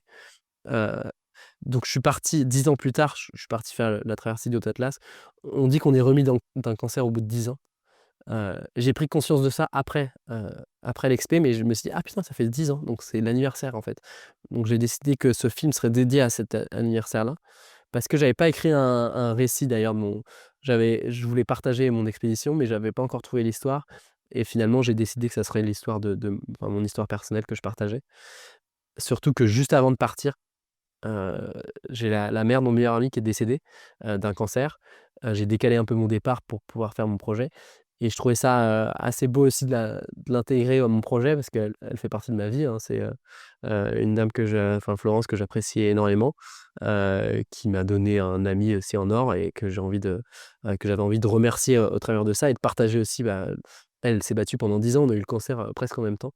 Ah ouais. Elle s'est battue pendant 10 ans et elle est partie à ce moment-là et donc au retour de ce projet-là, j'ai décidé d'écrire mon poster moi aussi, de pouvoir transmettre à l'image de ce monsieur qui avait gravé l'Everest, qui m'avait motivé à continuer ma passion, d'écrire un poster que j'ai posé dans les chambres de l'hôpital dans lequel j'étais traité pour motiver les enfants malades à s'évader. Heu, Mmh. voilà et donc C'est aujourd'hui, je trouve vraiment une ça belle assez chouette, histoire. c'est que je reçois de temps en temps des petits messages sur Insta, «Salut, on a vu ton poster, merci, ça fait du bien, de voir ça». Souvent, c'est les mamans parce que, c'est à l'IHOP à Lyon, c'est cancérologie, pour les enfants et du coup, ça va, enfin, il y en a qui ont ça va de 3 ans à 18 ans donc je sais pas qui je touche. Je l'ai posé là, un peu comme la foi, on sait pas trop ce que ça fait, et parfois on comprend que ça peut aider. Exactement. Magnifique. Et ben donc du coup maintenant, effectivement les histoires, ça inspire d'autres et donc j'avais interviewé un autre qui a déjà fait la paralpine, il a fait un chouette, documentaire d'ailleurs aussi, c'est Guillaume Funk et je voyais qu'il te suivait sur Insta, j'ai dit: «Guillaume, demain j'interviewe Gaël, il m'a demandé de le surprendre. T'as une question pour moi?» Et alors il m'a dit ceci. Salut NB. Ouais, merci pour ton petit message. Alors, écoute, moi, ce qui m'a pas mal, fait rêver comme voyage qu'il a fait, c'est le Caucase, la traversée du Caucase en vol bivouac et du coup, j'aimerais bien en savoir plus, à ce sujet-là, en particulier, la situation, politique et tout, comment ça s'est passé pour lui? Parce que c'est pas toujours facile de voler, dans des régions tendues et il y a quand même plusieurs coins un peu chauds, par là-bas. Du coup, je suis curieux, d'en savoir plus, à ce sujet-là. Excellent. Salut Guigui. Comme ça, ouais, on va pouvoir, répondre à Guillaume sur le Caucase. Trop sympa cette question. Le Caucase, pour mettre du contexte, qu'est-ce que c'est? Donc je suis parti, dans l'objectif de faire une traversée du Caucase. Dans ma tête, en gros, là-bas, c'est que je voulais faire un projet dans le Kirghizistan, et j'ai regardé un peu et j'avais pas envie de prendre l'avion, heu et comme premier projet loin de chez moi en train, j'avais déjà fait un projet jusqu'en Slovénie, mais c'était pas très loin. Je me suis dit: «Bon, c'est peut-être un peu trop loin» et en dézoomant la carte, j'ai vu cette chaîne montagneuse, j'avais, Maps Relief, heu et je vois cette chaîne montagneuse qui relie 2 mers, enfin, ouais, la mer Caspienne à la mer Noire et je trouvais ça hyper beau. Encore une fois, je sais pas pourquoi, mais comme un cheval, quoi, c'est beau, c'est prestigieux et ben, cette traversée, elle est très linéaire, elle est très jolie. Je me suis dit: «Mais il y a pas un truc à faire là?» J'ai regardé un peu sur internet, j'ai vu qu'il y avait quelques personnes qui avaient volé là-bas qui avaient essayé de faire une traversée, qui avaient pas forcément réussi, mais qui avaient, noté des infos. J'ai vu qu'il y avait, donc je me suis renseigné sur les sites de parapente, on peut voir en ligne, les traces et donc je vois qu'il y a des possibilités de faire quelque chose là-bas et donc je me donne l'objectif de faire cette traversée-là et je me donne aussi l'objectif de partir en train, et là le contenu que j'avais envie de faire, c'était faire un livre. Donc c'était un premier challenge pour moi. C'est la première fois que je suis parti pour écrire un livre. Et donc je me suis dit: «OK, je vais écrire sur les 5 jours de train aller». C'est, les préjugés, un peu l'image de comment est-ce que je vois le projet, qu'est-ce que j'imagine en fait, au fond de moi. D'écrire le projet et puis après les 5 jours au retour, c'est un peu une relecture de qu'est-ce que j'ai vécu, qu'est-ce que j'avais imaginé, qu'est-ce que j'ai vraiment vécu, quoi. Mmh. Donc je parle de ce projet, j'avais plusieurs plans. C'était de faire le premier plan, c'était de passer en Géorgie, en Azerbaïdjan. Le deuxième c'était, en Géorgie, en Russie et puis le troisième partir en Russie. Donc je m'étais fait mes 3 plans, je m'étais dit: «OK, je vais peut-être faire les 3». Donc j'avais pris un visa russe, qui s'était plutôt bien passé même si, le gars de le gars, de la sécurité était un peu froid et rustre. J'ai fait: «OK, bon, bah, c'est la Russie, quoi. Ouais, Bonjour». ouais, j'avais entendu ça, ils te laissaient pas rentrer avant l'heure du rendez-vous, quoi. Il t'a Exactement. coincé. J'arrivais à 10 minutes avant, trop bien, 10 Non. minutes d'avance, quoi. Ouais. Non, tu rentres pas, c'est l'heure du rendez-vous. Non, j'avais 1 heure d'avance et Ah oui, tu quand même. rentres Ah bah à l'heure du rendez-vous. voilà. Oui, j'avais un peu trop d'avance Mais à et l'intérieur, c'était c'était sympa, mais l'ambassade donc russe à Marseille. J'ai ouais. fait: «OK, bon, bah, très bien». Finalement, j'ai eu mon visa, heu et donc je pars là-bas. Mais déjà en amont, donc j'avais parlé un peu de tous mes projets. La première, c'était, je me souviens d'une réflexion qu'avait fait un ami, c'est, «Gaël, tu vas partir voler avec cette aile, cette voile de parapente Oui, qui avait un très qui bon choix était». d'elle, oui. Ouais, elle était jaune, verte et bleue et il m'a dit: «Mais c'est les couleurs de l'Ukraine». L'année dernière, c'était encore, en période un peu conflictuelle, Ouais, oui. entre Bon, la c'est Russie malheureusement pas et fini, l'Ukraine oui. et du coup, j'ai fait: «OK». J'avais pas conscience de ça, Aller se je vais balancer peut-être à la changer de voile. frontière avec le drapeau de l'Ukraine au-dessus de soi. Oui, Exactement. c'était pas fou, hein.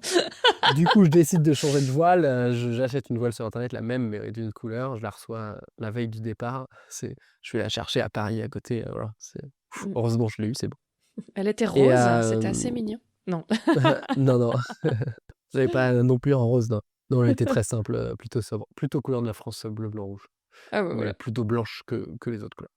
Donc première anecdote, je pars là-dessus, j'échange pas mal avec des copains. Je leur demande, bah, pour la Géorgie, on me dit: «Ouais, c'est trop chouette, c'est un super pays, tu vas voir, ils boivent bien des coups, tu peux te faire inviter, tu vas aller faire la fête, c'est trop sympa». Puis ils sont très accueillants et je parle aussi de la Russie, on me dit: «Bah, c'est plutôt un pays froid, assez rustre». Moi, je suis allé là, pas très loin du Caucase, bah, déjà la frontière, ça m'a mis, des heures parce qu'ils m'ont tout fouillé, ils m'ont pris mon téléphone, ils ont regardé pendant des heures. C'était pas facile. Ouais, un copain qui a fait Max qui a perdu sa maman là, qui avait fait en moto et qui disait: «Bah, nous on est passé 3 jours en Russie, c'était ouais, il y avait rien quoi, c'était pas ouf, on est passé, la douane ça s'est pas très bien passé mais sinon, voilà, il y avait rien de spécial». Donc un peu d'appréhension mais de toute façon, c'était pas mon plan A donc il y a pas de problème. Donc je pars, j'écris tout ça, j'écris un peu ces anecdotes aussi dans mes textes. Heu, J'arrive en Géorgie et là, je remarque que mon plan A, donc je crois que tu l'as interviewé, c'est Tom de Dorlo, Mmh. parapentiste. Je l'avais eu au téléphone. Ce qui était assez fou, c'est que je l'avais eu au téléphone et il m'avait dit: «Ah bah, je devais faire ce projet». Je crois que je l'avais eu, il devait partir faire la traversée. Finalement, il s'est cassé la jambe. Ah ouais, Du coup, ça il a a duré annulé en ce projet-là. plus. Ouais, ouais, ouais, ça a Et été lui, vilain ça. donc c'est un champion du monde, enfin champion de France, champion de Belgique de parapente, Mmh. plutôt performant, il fait la X-Alpes, c'est des gros projets sportifs de Ouais, parapente. ouais, ouais. J'ai Et lui, cru il m'avait voir. dit: «Beh, moi, je passerai par là». Géorgie, donc au-dessus de la forêt et et en Azerbaïdjan, s'il a les autorisations, il pouvait passer, quoi. Donc j'arrive là-bas et moi, je remarque en fait, j'ai pas le niveau, quoi. Je m'appelle pas Tom de Dorlo, je vole pas au-dessus des forêts comme ça, il y a très peu d'endroits pour poser. C'était assez chaud comme endroit. Donc j'ai fait: «OK, moi, je Pourtant, passe pas poser par là». dans les arbres, tu connais, hein? Ouais, bien sûr, c'est une force que j'ai, de poser dans les Voilà. arbres. Parce qu'un de mes 1ers vols de parapente, mes premiers vols longs de parapente, où je faisais du soaring, je me suis fait prendre par le vent et j'ai pas réussi à reposer, à plat, donc j'avais posé, dans les arbres. Heu, bon, ça m'est arrivé et ça m'arrivera plus, j'espère. Mais Mais donc c'était c'est filmé par sympa, j'aime toi bien. d'ailleurs, tu l'as partagé sans fausse gêne. C'était très drôle. «J'arrive à la mer, j'arrive à la mer!» «Ah bah non, je suis dans les branches». Exactement. Du coup, j'écris tout ça, j'arrive, en Géorgie et mon plan A, du coup, ne fonctionne pas. pas possible de traverser la Géorgie par la forêt. Mon plan B, c'était Géorgie-Russie. Et la première partie qui est au bord de la mer en Géorgie, elle est prise par les Russes. Je sais plus comment elle s'appelle cette région, mais c'est une région qui est pro-russe, donc pas Ouais. forcément cool de voler là-dedans. Ouais. Et du coup, je me dis, ok, je vais passer au plan C. Plan C, je me renseigne et là, je contacte des parapentistes russes qui me disent, oui, il n'y a pas de problème pour voler. Nous, on vole un peu en cette saison, c'est sympa. Euh, je me dis, mais j'ai un peu peur, j'ai pas envie de me faire tirer dessus. Moi, mon idée, c'est qu'ils me prennent pour un espion et qu'ils me tirent dessus, quoi. Oui, c'est pas... J'aimerais bien poser la question aujourd'hui, parce que je pense que les gens pourraient s'imaginer ça encore aujourd'hui, quoi. Alors que maintenant, moi, mon prisme a complètement changé. Mais si je disais demain, je vais en Russie, quoi, demain, je vais refaire le même projet, parce que plein de gens ne connaissent pas ce projet-là, et ben, je pense que j'aurais toujours les mêmes retours. C'est, mais quel, va pas là-bas, tu vas te faire tirer dessus, etc. Et donc, je me renseigne, je demande à des guides géorgiens et russes qui habitaient en Géorgie ce qu'ils en pensent. Ils me disent, mais non, mais quel, tu vas jamais te faire tirer dessus, ça reste des humains. Dans tous les cas, tu pourras te poser avant qu'ils t'interviewent. Ce qui est important, c'est pas de traverser les frontières, parce que c'est interdit. Mais si tu passes avec ton visa, c'est tout bon, quoi. Mhm. Donc un peu d'appréhension, mais c'est quand même tout bon. Donc je décide de partir en Russie. Je passe la frontière. Déjà, la frontière, donc je m'imaginais un truc assez rustre, assez difficile. Je suis en stop. Il y a plein de bouchons pour les camions. Je fais du stop dans un camion, donc j'attends au début 20 minutes. Et puis je me dis, non, mais c'est pas possible. Donc je sors, je fais du stop. Il y a une voiture qui me prend et là, on double tout le monde. Donc trop bien. Et on arrive au niveau de la frontière. Et donc là, je me dis, ok, ils vont me prendre, ils vont me cuisiner. C'est pas grave, je le sais. J'ai prévu de le faire. Et en fait, tout se passe bien. C'est une douanière qui m'arrête, qui me prend 5 minutes, qui me prend mon passeport. Ça prend un peu de temps, mais je pense pas plus de 5 minutes. Le temps paraît toujours très Ouais, long ouais, c'est ça, ouais. quand on attend. Elle me le rend, elle me dit ok, bon, assez froidement quand même, mais ça va. Elle me dit, tu vas te faire fouiller ton sac. J'ouvre mon sac, il y a toute ma bouffe qui tombe. Je rigole, je referme mon sac, il me dit c'est tout bon, vas-y. Et donc je continue mon trajet. Et là, il y a 3 choses qui vont se passer, auxquelles je ne m'attendais pas. C'est que la première, c'est que je fais du stop. Le premier gars en stop me prend et il a plein de nourriture dans son coffre. Il va me dire, Gaël, sers-toi, prends ce que tu veux. Donc là, trop cool. J'ai la chance de pouvoir me nourrir de ce qu'il me donne. Il m'arrête, je prends une autre voiture en stop. Et là, une nouvelle fois, la personne s'arrête. On va dans un supermarché. Elle me propose, achète ce que tu veux, je te l'offre. Waouh. Donc je m'achète à manger, quoi, trop bien. Mais t'avais l'air Euh, affamé ou quoi avec... Ils voulaient tous te Bah non, nourrir mais en comme fait, ça? je racontais mon histoire, je racontais le fait que Ah oui. que j'allais faire une traversée, que j'étais là, que Mm. j'allais faire l'Elbrouz. C'était un sommet à côté Mhm. dans le Caucase. Du coup, ils étaient OK. Et je refuse enfin, j'en abuse pas dans le sens où j'avais déjà pas mal de choses, en fait. Donc, je prends un petit coca ou non, un Fanta, je crois, j'ai pris. Mhm. Mais en tout cas, cette démarche de Gaël, tu prends ce que tu veux, je trouve ça hyper chouette. Et le troisième, il va faire 60 kilomètres pour me poser à l'endroit où je devais aller, Ouais, en plus de son itinéraire. Donc là, je fais ouais, OK. sympa. En fait, moi, j'arrive avec des préjugés, avec une attente et presque j'étais déçu de ne pas avoir de Mhm. froideur, quoi. Mais donc, ça se passe super bien. Et en fait, ça va se dérouler comme ça pendant tout le projet. Toute la traversée du Caucase, je vais être surpris par des choses qui vont m'arriver. Je vais découvrir je sais plus si c'est le soir même ou quelques jours plus tard, que le Caucase, non, c'est quelques jours plus tard dans un site de parapente, que le Caucase, c'est 80% de musulmans, 98% en Tchétchénie, et que du coup, je retrouve en fait cette culture et cette religion qui fait partie, comme au Maroc, avec cet accueil qui est important pour eux. Et donc en fait, je vais me faire accueillir tout le long, très régulièrement. Les gens sont très très gentils, sont curieux, c'est hyper agréable. Donc moi, ce que je partage, faut le prendre avec des pincettes, dans le sens où, bah, je suis allé en Russie, oui, je suis allé en Russie du Caucase, avec mon prisme Gaël Meunier, avec une histoire particulière de faire une traversée en parapente. Heu, donc ce que j'ai vécu, je l'ai vécu parce que j'étais comme ça dans cette situation.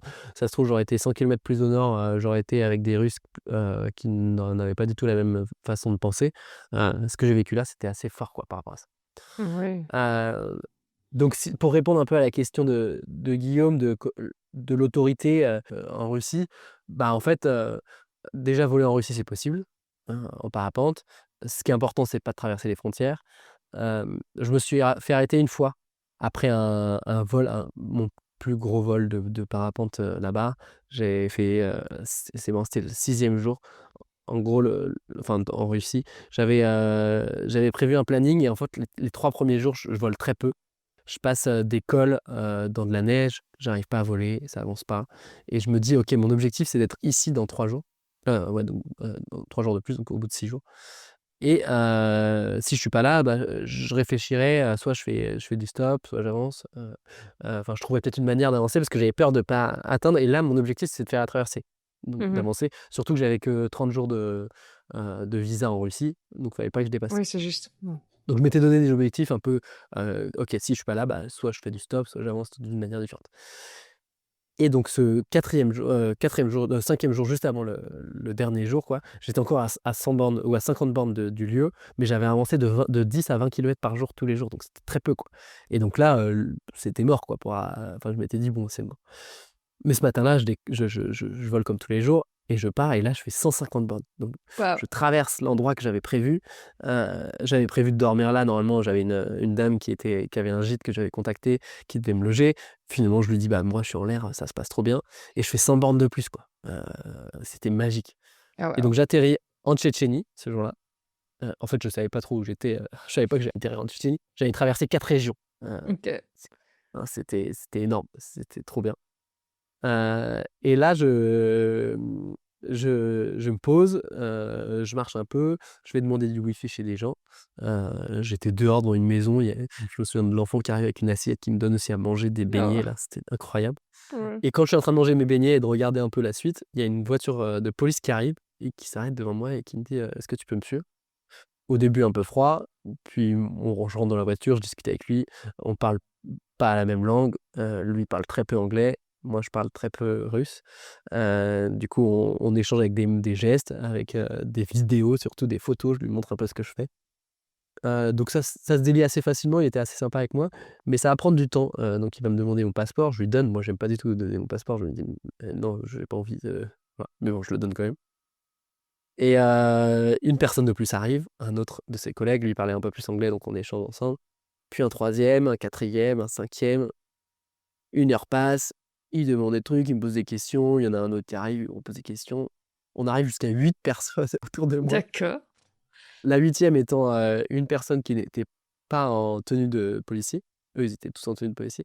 Et lui, ça avait l'air d'être un peu le sergent-major, un peu plus, quoi. Plutôt sympa et qui me pose des questions, qui me fait appeler quelqu'un au téléphone, en fait, qui traduit parce qu'il ne parlait pas très bien anglais et qui dit bah, nous, on a vraiment une question principale, c'est est-ce que tu es un espion? Et là, je je me marre un peu, quoi. Je me dis mais déjà, pourquoi elle pose la question, quoi? C'est pas comme ça qu'on fait, non? Non, c'est pas grave. Du coup, Ça, c'est c'est pas franc. grave. Ok, bah non, non, je suis pas un espion. Voilà, j'ai montré les photos, les vidéos. Je suis bien passé par la frontière avec le passeport. Voilà, non, il y a pas de problème. Donc il prend mon numéro email de mon téléphone pour me suivre. Et puis il me dit ok, c'est bon, tu peux repartir. Et donc là, j'avais un peu sympathisé avec les 2 premiers, les policiers. On avait pris des photos ensemble, et c'était sympa et j'ai encore leur numéro de téléphone, dans mon téléphone. Pendant un temps, ils m'appelaient, assez régulièrement Oh, sympa.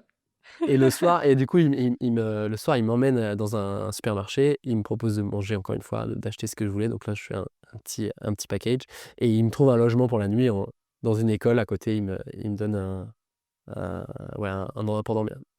Donc les autorités, c'est bien, c'est sympa, ils sont pas forcément, trop rustres et en tout cas pour moi, comment ça s'est passé? Ben, la douane, ça s'est bien passé, les policiers, ça s'est plutôt bien passé, même si ça a pris du temps, surtout que ce jour-là, j'étais épuisé quand, enfin, Guillaume, tu sais, mais quand on fait, 150 bornes, à la journée, on est fatigué. Heureusement, ils m'ont passé un lit et le lendemain, je suis reparti, assez tôt pour avancer. Génial. Super. Maintenant, j'ai une question de ma petite fille. Enfin, ma fille. Je dis toujours, je suis pas grand-mère, non. Mais j'ai toujours me dit, mais pour moi, c'est toujours mes bébés, qu'est-ce que tu veux? Amandine. Bonjour Gaël, quelle était l'expérience que tu ne t'attendais pas du tout à avoir? Qu'est-ce qui t'a le plus Quelle est surpris dans tes l'expérience? aventures? Ouais. Heu, Bah, Tu je dis, me on fais en part souvent avec des surprendre. attentes, donc oui. Ouais, on se fait souvent surprendre par les choses. Bah, la Russie, c'était, en fait, je m'étais préparé, mais je m'étais pas préparé à ce que ce soit des musulmans. Je sais pas pourquoi, mais j'avais pas prévu ça et je pense que j'y serais allé avec avec moins d'appréhension par rapport à ça parce que je sais que les musulmans sont vraiment hyper accueillants Et quoique j'en sais rien, ça se trouve, j'aurais eu en tout cas, j'avais pas pris ce prisme-là parce que justement, j'avais des amis qui étaient allés dans des centres plutôt catholiques, un peu plus au nord et donc je m'étais dit: «OK», surtout que la Russie, c'est quand même beaucoup de catholiques, je sais pas combien de pourcentage, mais c'est peut-être, 60-70, 80 peut-être. C'est juste cette région-là qui est très musulmane. Mmh. Donc ça, j'étais surpris et agréablement surpris. Est-ce qu'il y a d'autres moments dans mes projets? À chaque fois, je me fais surprendre. J'aime beaucoup avoir cet inconnu, en fait. C'est un besoin, là, on part pendant le 82 jours, je sais qu'il va se passer des trucs, mais je sais pas quoi, mais j'ai hâte que ça arrive, quoi. J'ai hâte qu'on ait un changement, qu'on ait une rencontre d'une personne un peu particulière. Waouh! On a rencontré, je sais pas, un truc qui m'a surpris, enfin, je sais pas si c'est pas surpris, mais traverser des Alpes en parapente, donc Slovénie, Nice, heu, pareil que le Caucase, le but de voler le plus possible. En parapente, on vole avec des thermiques, donc des masses d'air chaud qui volent dans le ciel, heu, qui se transforment en nuages. Donc c'est une masse d'air chaud, une bulle d'air chaud qui va être déclenchée par un mouvement qui va s'envoler et nous, on va enrouler cette masse d'air chaud jusqu'au nuage. Là, le nuage, c'est le moment où l'air chaud se transforme en humidité et donc on va suivre ces nuages de nuage en nuage et globalement dans la Rester en dans la dessous? théorie, c'est comme ça.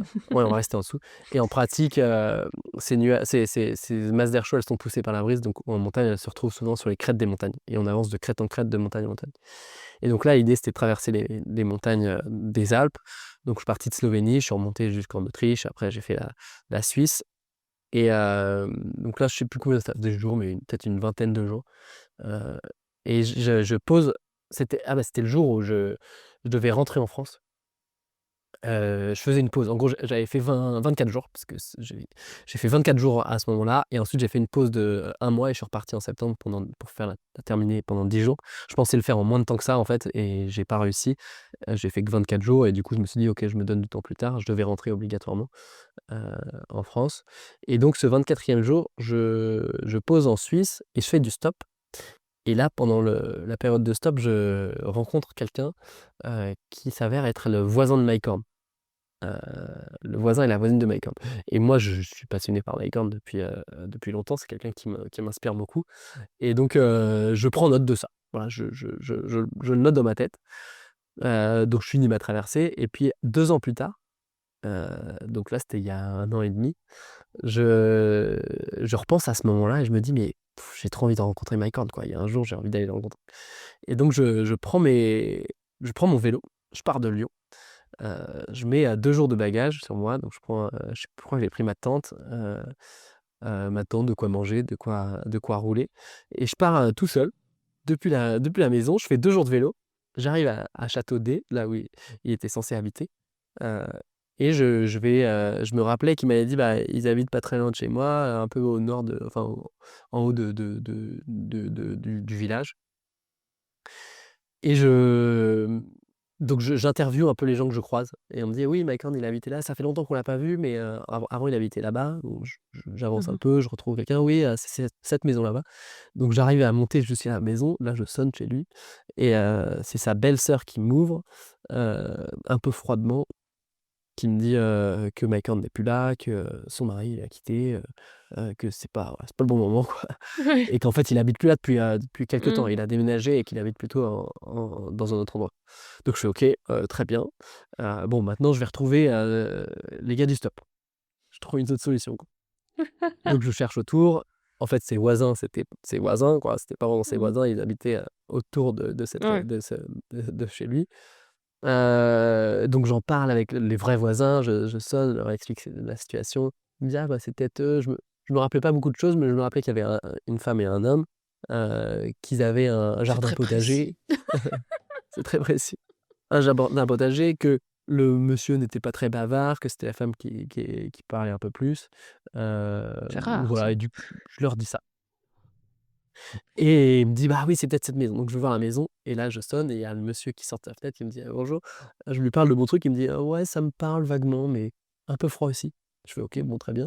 Est-ce que vous accepteriez que je rentre avec vous?» Il me fait rentrer, donc on discute un peu, mais il était un peu froid, il avait hésité à m'accueillir et puis il dit: «Oui, oui, mais ça me parle».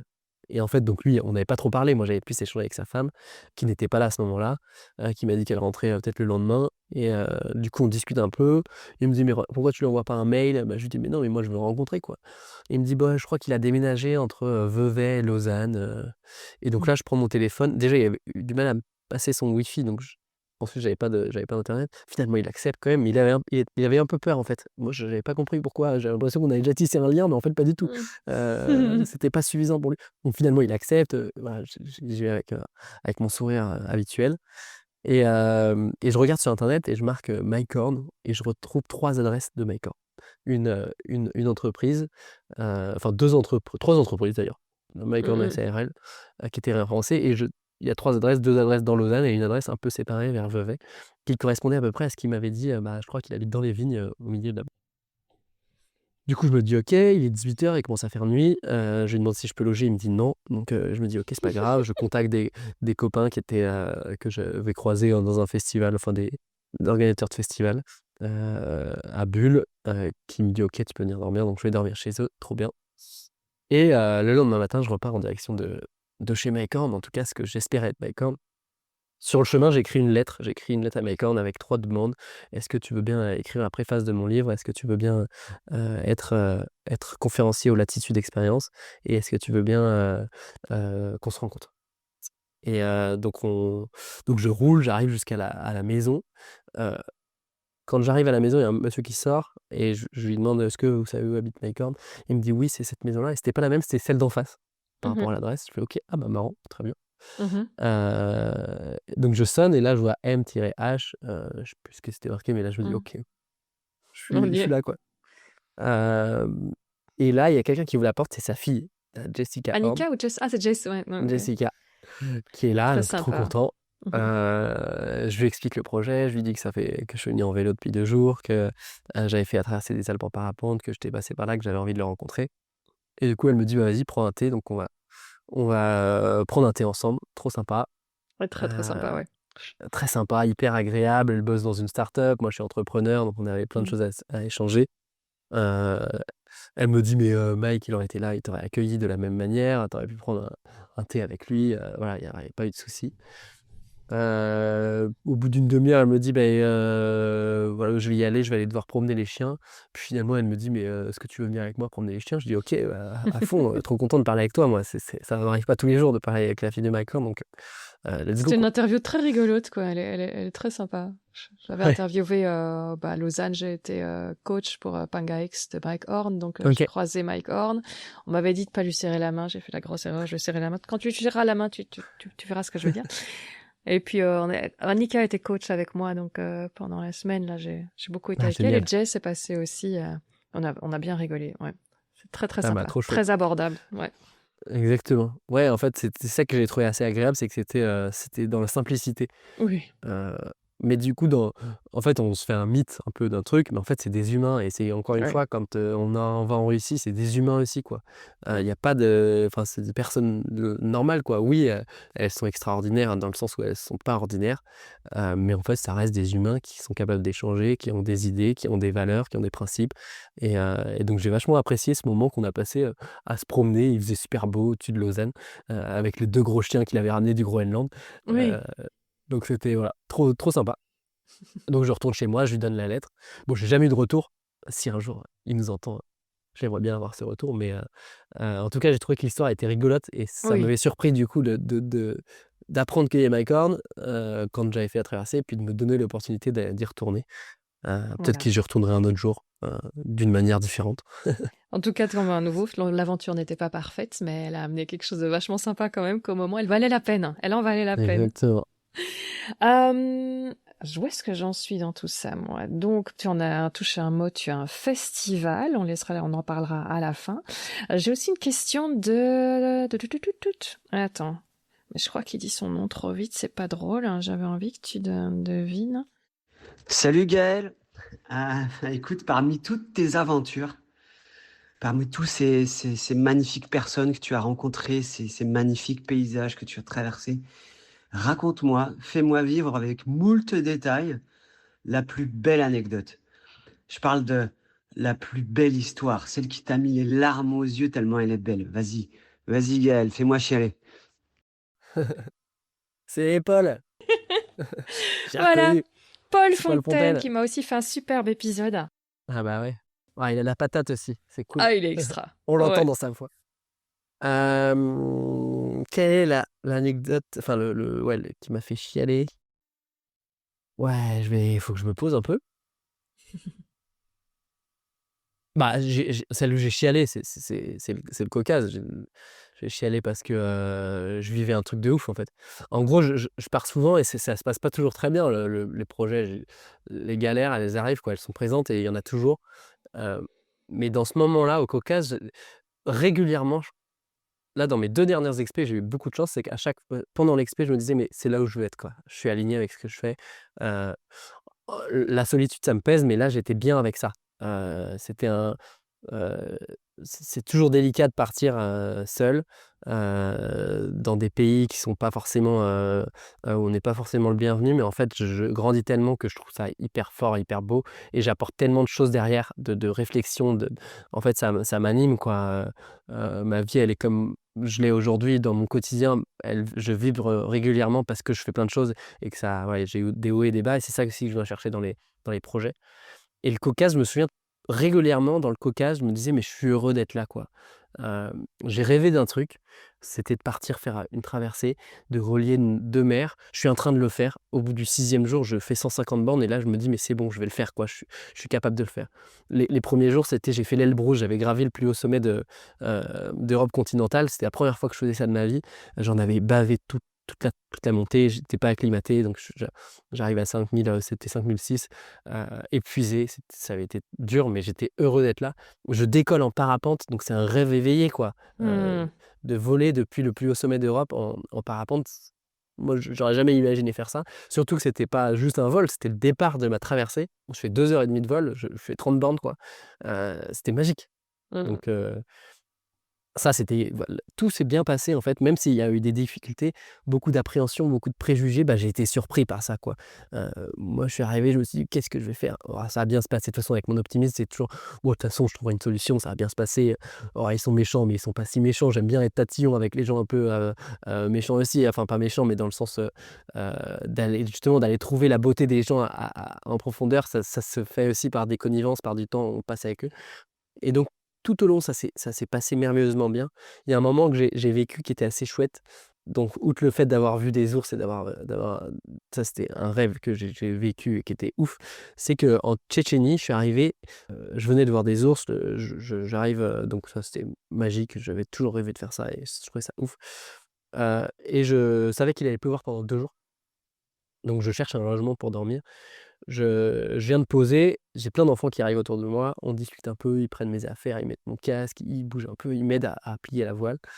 On parle pas vraiment, mais il y en a un qui avait un téléphone, donc il fait un peu on échange avec des, heu, Traducteur automatique, ouais. traducteurs. Ça marche pas très bien, mais ça marche quand même, on comprend un peu des trucs, mais pas complètement. L'IA était peut-être pas encore très bien développée là-bas pour ça et il y a une voiture qui arrive et donc les enfants vont voir et ils connaissaient le gars. Enfin, il y avait 3 personnes dans la voiture. Et je leur explique ma situation, on rééchange toujours en Google Traduction et il me dit: «Attends 2 secondes, j'appelle quelqu'un». Donc il appelle quelqu'un, il parle en russe et puis il me passe la personne, c'était sa sœur et elle parlait en français. Donc j'échange avec elle en français. J'apprends que, bah, son grand-père habite pas très loin, elle me dit: «Mais il va t'accueillir avec plaisir» et donc je dis: «OK, trop bien» et elle me dit qu'elle habite à 1 heure et qu'elle habitait 8 ans en France et que maintenant elle habite en Russie et qu'elle va passer aussi. Je monte dans la voiture, j'avance, on pose une personne et après on va chez lui. Je rencontre son père, sa femme, c'était pas sa mère, parce qu'il avait plusieurs femmes. Donc ça aussi, je vais découvrir qu'il y a d'autres religions et d'autres modes de fonctionnement qui étaient, complètement différents de mon prisme personnel, mais ils étaient heureux avec ça et je trouvais ça assez beau à entendre et donc je découvre, cette culture de l'intérieur et quand je pars souvent pour, découvrir aussi et faire des rencontres comme tu le disais tout à l'heure et là, c'est le moment où je vais vraiment, vivre ce que je cherchais encore plus, c'est ces rencontres-là. C'est encore un objectif que je me fixe, que je vis, quoi. 150 bornes, c'est un objectif de faire plus de 100 bornes, en parapente.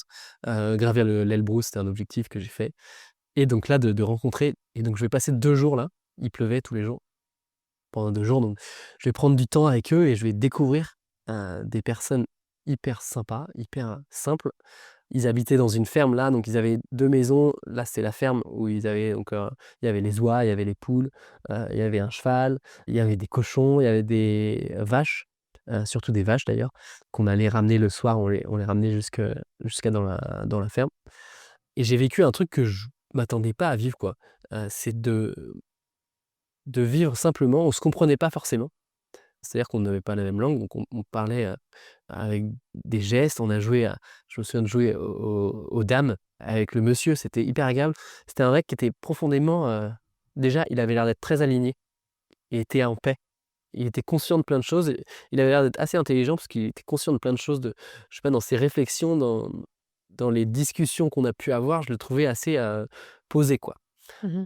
Et en plus de ça, il y a la fille qui arrive, du coup, je sais plus si elle est venue le jour même ou le lendemain, mais en tout cas, on va pouvoir discuter ensemble. Et souvent, dans ces moments-là, je peux poser vraiment toutes mes questions que j'ai sur le cœur, que je peux pas répondre. Enfin, en gros, la difficulté quand on va dans un pays étranger, c'est on n'a pas d'échange en profondeur avec les gens parce qu'on parle pas la même langue. Et on a beau utiliser Google Traduction, on peut pas avoir des sujets profonds. Mmh. Et donc là, on aborde des sujets, bah, la religion notamment. Elle m'explique qu'il a 3 femmes, son père, que c'est normal, qu'elle, elle a des enfants, mais elle a pas de mari, que son mari était là juste pour avoir les enfants. Mais c'était Mmh. un choix. Mmh. Et je me dis: «Mais OK, mais moi, je suis pas comme ça du tout, quoi». Moi, la famille, c'est un père, une mère, des enfants. Dans la religion, chrétienne, c'est hyper fondateur, quoi. Et là, c'est complètement différent, quoi. Et j'entends ça avec, des grands yeux, mais un peu une insouciance d'enfant quoi, d'entendre et j'entends qu'en fait, ils sont heureux que, cette femme-là, du coup, qui est présente, qui est hyper à fond, bah, je pose la question: «Mais est-ce que, elle accepte qu'il y ait d'autres, femmes?» Elle dit: «Mais oui, moi, ça me dérange pas qu'il y ait d'autres femmes, c'est normal dans notre religion. En fait, c'est une norme et nous, on n'a pas les mêmes normes, quoi». Et j'entends ça, je fais: «Mais OK, mais c'est marrant quand même». Donc on a beau être sur terre, moi je crois à mon Dieu, je crois à cette sainteté, à cette trinité, à la famille et lui il croit à ça et il croit avec son truc. Je fais: «Mais OK, mais en fait on est différents» et je pense que ça me porte encore plus sur cette façon de vivre, de se dire: «Bah, on a le droit d'être différent, on a le droit de pas avoir les mêmes avis». J'aime pas les conflits et donc dans une situation en France, c'est aussi ça quoi. C'est, ben, en fait on a le droit d'être différent, on a le droit de pas être d'accord, c'est normal. C'est pas un problème et OK, bah, toi, tu as ton prisme parce que tu as vécu ça dans ton éducation et bah, moi, j'ai vécu ça dans mon éducation. Bah, OK, on est différents et c'est pas grave. Non, c'est pas grave. Alors, j'ai une autre question intéressante pour toi. J'espère que je vais la retrouver. J'avais envie de te poser une petite question qui est la suivante. S'il y avait une règle non négociable que tu voudrais faire passer à un jeune pilote qui rêve d'aventure, laquelle ce serait? Tu peux remettre? J'ai pas encore trouvé. Pourtant, il y a une voix. Pourtant, Allez. il y a une voix. Salut Gaëtan, Tom de dans le dos ici. J'avais envie de te poser une petite question qui est la suivante. S'il y avait une règle non négociable que tu voudrais faire passer à un jeune pilote qui rêve d'aventure, laquelle ce serait? Voilà, ça m'a fait rire tout à l'heure quand tu as parlé de lui, parce que je me dis, ah oui, eh ben. C'est marrant parce qu'on se connaît sans se connaître. On s'est appelé au téléphone, on s'est fait en visio quelques fois, mais on a eu un feeling assez simple qui est trop chouette, quoi. Mais on se connaît Ouais. pas, en fait. On s'est jamais rencontrés. Ah bah voilà, Heu, un dialogue hem interposé, Ouais, j'aime mais bien, je lui envoie des messages en de temps en direct. temps. Bon, là, ça fait longtemps, mais d'envoyer. Je vois qu'il était, bah, pendant sa rémission, là, je me disais: «Putain, Ouais. ouais». Bah, c'est chouette parce que du coup, j'ai fait quelque chose qu'il a pas pu faire aussi, du coup, à ce moment-là. Lui, il venait d'être blessé, donc c'était un moment, moi, j'étais trop content qu'il me partage tout ça. Finalement, il a été blessé, donc il a pas fait ça et moi, ça m'a beaucoup aidé à avancer. Mm, Si je dois donner un message à un jeune pilote, qu'est-ce qui bah, la première chose, c'est d'apprendre, d'être avide d'être avide de questions, d'être avide d'apprendre. Le parapente, pilote, je pense qu'il parle surtout de parapente. C'est un sport qui est hyper, fort, qui est hyper puissant et ça va au-delà de juste, la passion du parapente, du vol. C'est que, par exemple, même la météo, les nuages, en fait, moi, ça m'apporte énormément de choses. Le parapente, c'est pas que dans la joie de voler, c'est aussi dans ma vie. Bah, OK, bah, je peux voir les nuages, je peux connaître ce que c'est. Je suis devenu de plus en plus persévérant. Je suis déjà quelqu'un d'assez persévérant, mais quand on vole, il y a beaucoup de hauts et de bas. Il y a des moments où on va être, en fond de vallée, on va devoir trouver un petit thermique, un tout petit truc pour essayer de remonter. Si on l'a pas, on pose et on termine notre vol, alors que le but, c'est de faire des plus de kilomètres. Souvent, il y a un peu, cet aspect: «OK, je veux aller le plus loin possible». Mmh. Et donc on devient très persévérant et le message, c'est d'apprendre toujours. J'ai pris du temps à apprendre, donc la première chose, c'est de faire des petits vols, des vols des ploufs, mais aussi de faire du gonflage, c'est-à-dire de voler, de s'amuser avec sa voile. En fait, il faut que ça soit ludique.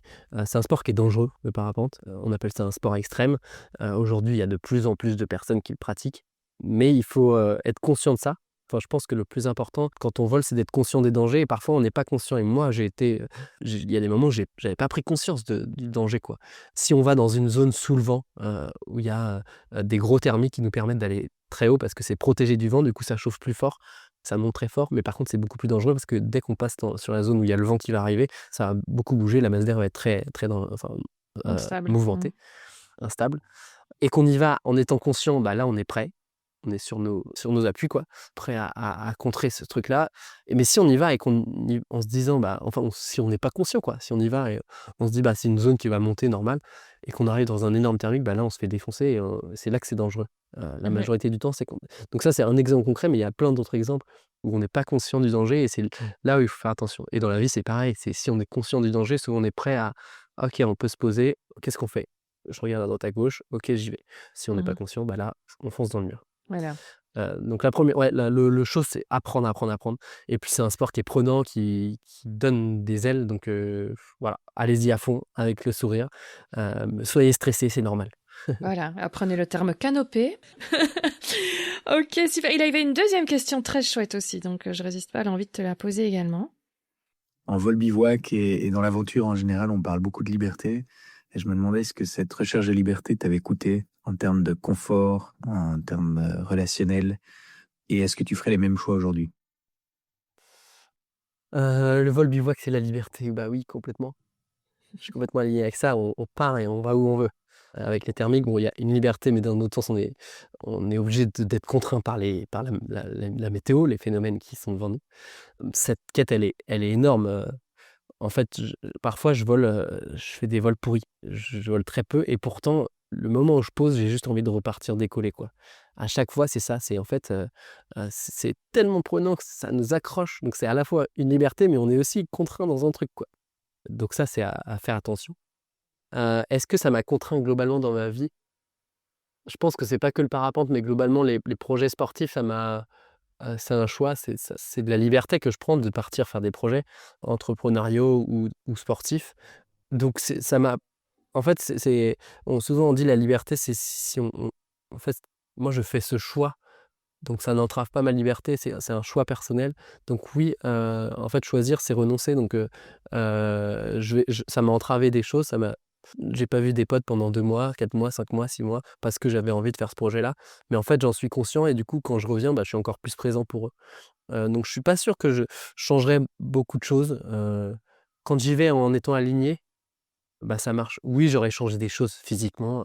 Parfois, je me dis: «Bon, bah, j'avais vu un autre cheval que Fniouna, que je trouvais pas mal, que j'avais pas appris parce qu'il était un peu abîmé sur les pieds». Mais je savais pas que c'était très facile de changer les fers et j'ai changé mes fers de Fniouna pendant la traversée. J'ai dit: «Mais en fait, si j'avais changé les fers avant de partir avec celui-là, il avait l'air d'être top». Mais je vais Mmh. pas vivre sur des regrets, quoi. De toute façon, c'est comme ça et j'ai fait ce choix-là. Donc oui, il y a peut-être des choses que j'aurais changées, dans peut-être dans ma voile, dans mon matos que j'ai pris en trop et cetera. Mais globalement, sur les gros choix que j'ai faits, le fait de partir, d'avoir cette vie aujourd'hui d'à la fois donc je suis content, c'est une évolution, c'est un chemin. Avant je partais entre, 4 et 6 mois, enfin entre 3 et 6 mois par an. Je peux même partir 1 an avec des copains. Après c'était 3 mois avec le Haut Atlas. Aujourd'hui, je me suis donné un rythme de faire entre 2 et 4 mois d'aventure par an. En réalité, c'est plutôt 1 et 2 mois d'aventure par an, aujourd'hui. De faire entre 2 et 4 conférences par mois et de monter ma boîte à côté. Et donc ça, c'est un choix que j'ai pris et que c'est une liberté que je me donne, oui. En fait, c'est comme si j'avais un peu un 70 sur l'entreprise, un 30 sur les expés plus les conférences. Mais c'est un choix de me dire: «OK, bah, aujourd'hui, surtout dans notre monde où, je sais pas, je voyais une pub l'autre jour, c'était, «Vos parents ont eu une carrière, vous aurez plusieurs métiers». Heu moi, je dirais même plusieurs métiers en même temps. Souvent, enfin, aujourd'hui, les gens, ils changent tous les 2 ans. Mais en fait, moi, j'ai 3 métiers aujourd'hui et j'en suis conscient et c'est comme ça que j'ai envie de vivre. Et je pense que ça va évoluer et que les gens vont avoir de plus en plus, enfin, en tout cas, notre génération a envie de se tester, d'être épanoui, de pas subir. On a beaucoup subi peut-être avec les guerres qui sont passées. L'après-guerre aussi, c'était pas forcément facile. Aujourd'hui, on a la chance de pouvoir aller dans de comprendre un peu mieux l'humain sur, chacun, sa façon d'être et on peut tous apporter quelque chose en fait. On peut tous apporter sa pierre d'édifice, mais d'une manière différente chacun. Donc c'est ça que j'ai envie de moi de faire, c'est d'aller vers mes envies mais que ça soit fructifiant, pour moi, pour Mmh. les autres, de donner aussi au travers de ça. Mais c'est avec ce choix d'être aligné avec ces plusieurs, enfin, avec plusieurs métiers, quoi. Ouais. Donc voilà, tu n'as jamais eu cette sensation de sacrifice ou de devoir laisser des choses auxquelles qui te tenaient à cœur poursuivre Oui et ça. non, oui, oui, si, j'ai fait des sacrifices, mais Ouais. en tout cas, je les regrette pas. Heu, on est obligé de se sacrifier de temps en temps pour avancer. Tout à fait. Et alors Guillaume m'a dit, écoute, j'avais une autre question, mais je l'ai effacée. J'ai un truc, j'arrive pas à télécharger. Non, c'est normal, j'ai effacé cette question, j'arrive pas à l'exprimer. J'arrive pas à l'exprimer clairement. Mais je comprends ce qu'il veut dire. Guillaume, Funk est aussi en train d'essayer de se professionnaliser dans l'aventure. Je m'étais bien dit qu'il était trop piqué, celui-là, il allait tourner comme ça, je m'en rendais déjà compte. Je le vois évoluer, je lui dis, toi, mon ami. Et donc, ici, il me dit, j'aimerais bien que tu poses une question à Gaël.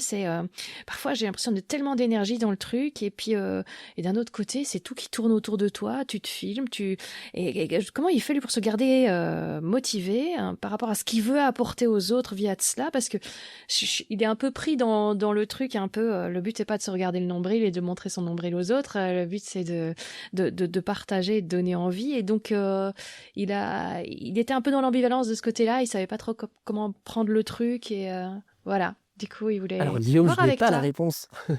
Non, mais c'est dur, c'est une vraie question, Ouais, que je me suis posée, que je me repose et que je me reposerai, je pense. moi je la trouvais Heu, intéressante. le temps avance, c'est hyper intéressant. Moi, ce que j'ai trouvé, un truc que j'ai vraiment trouvé, c'est le fait d'avoir, monté mon projet à côté d'association, et d'entrepreneuriat où, bah, en fait, je fais avec d'autres déjà. Je construis pas que tout seul, je fais aussi d'autres choses.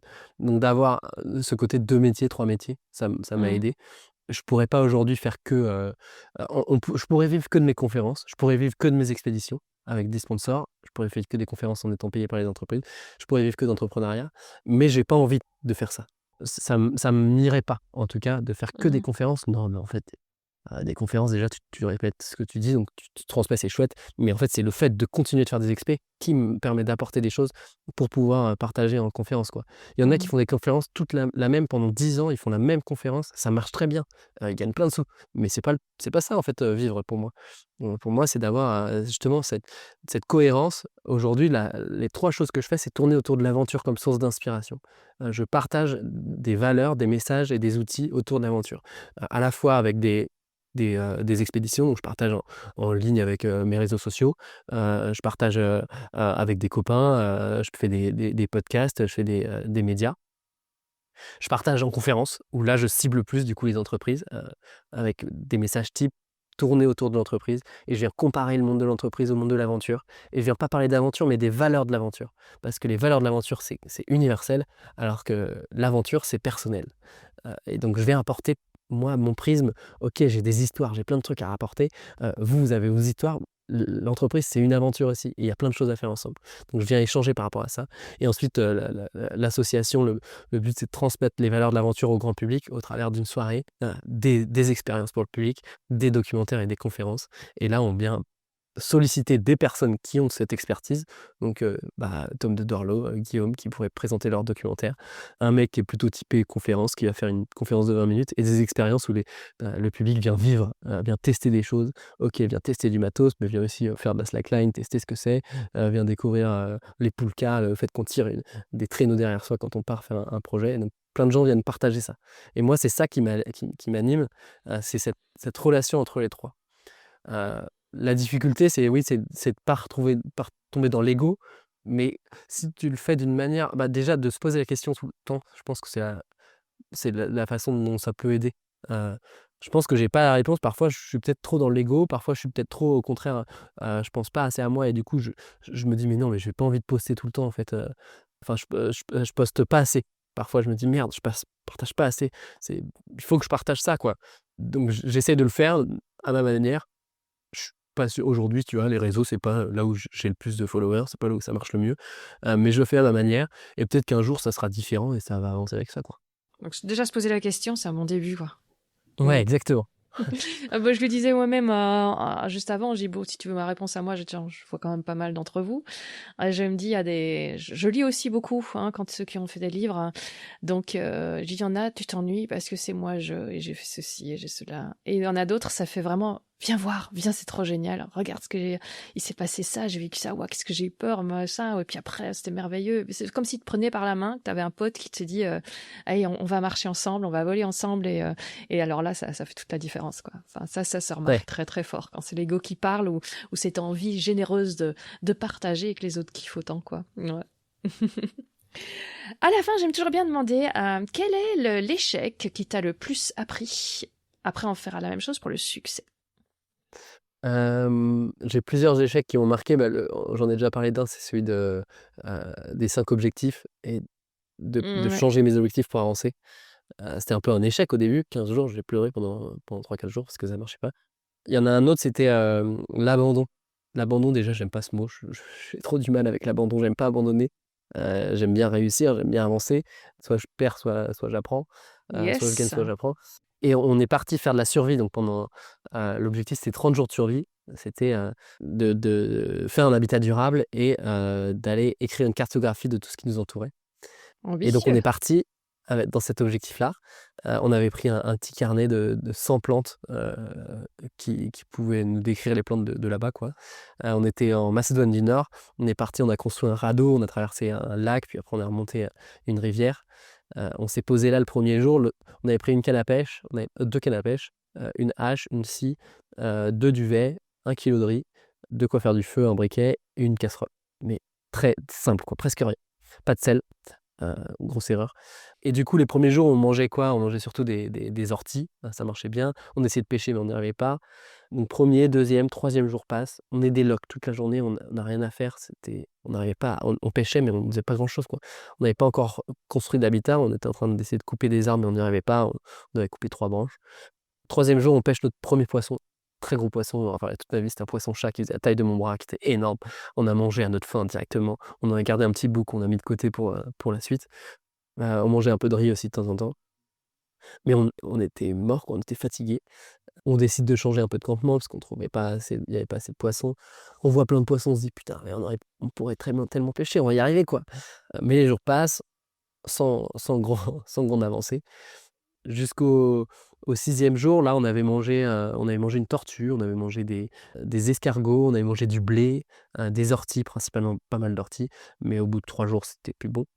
Ce que je trouvais assez chouette, c'est que la phase, en gros, les premiers jours, tu as faim, puis après, tu as plus faim. Tu as plus de sensation de faim. Les premiers jours, tu as mal à la tête, puis après, tu as plus mal à la tête.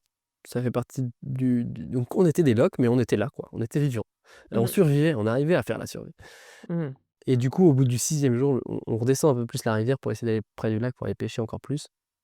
Et on commence à parler de burgers, à parler de frites. Et là, on se dit, bon, bah, on fait quoi? On fait quoi en fait là? Albé, qu'est-ce qu'on est venu chercher?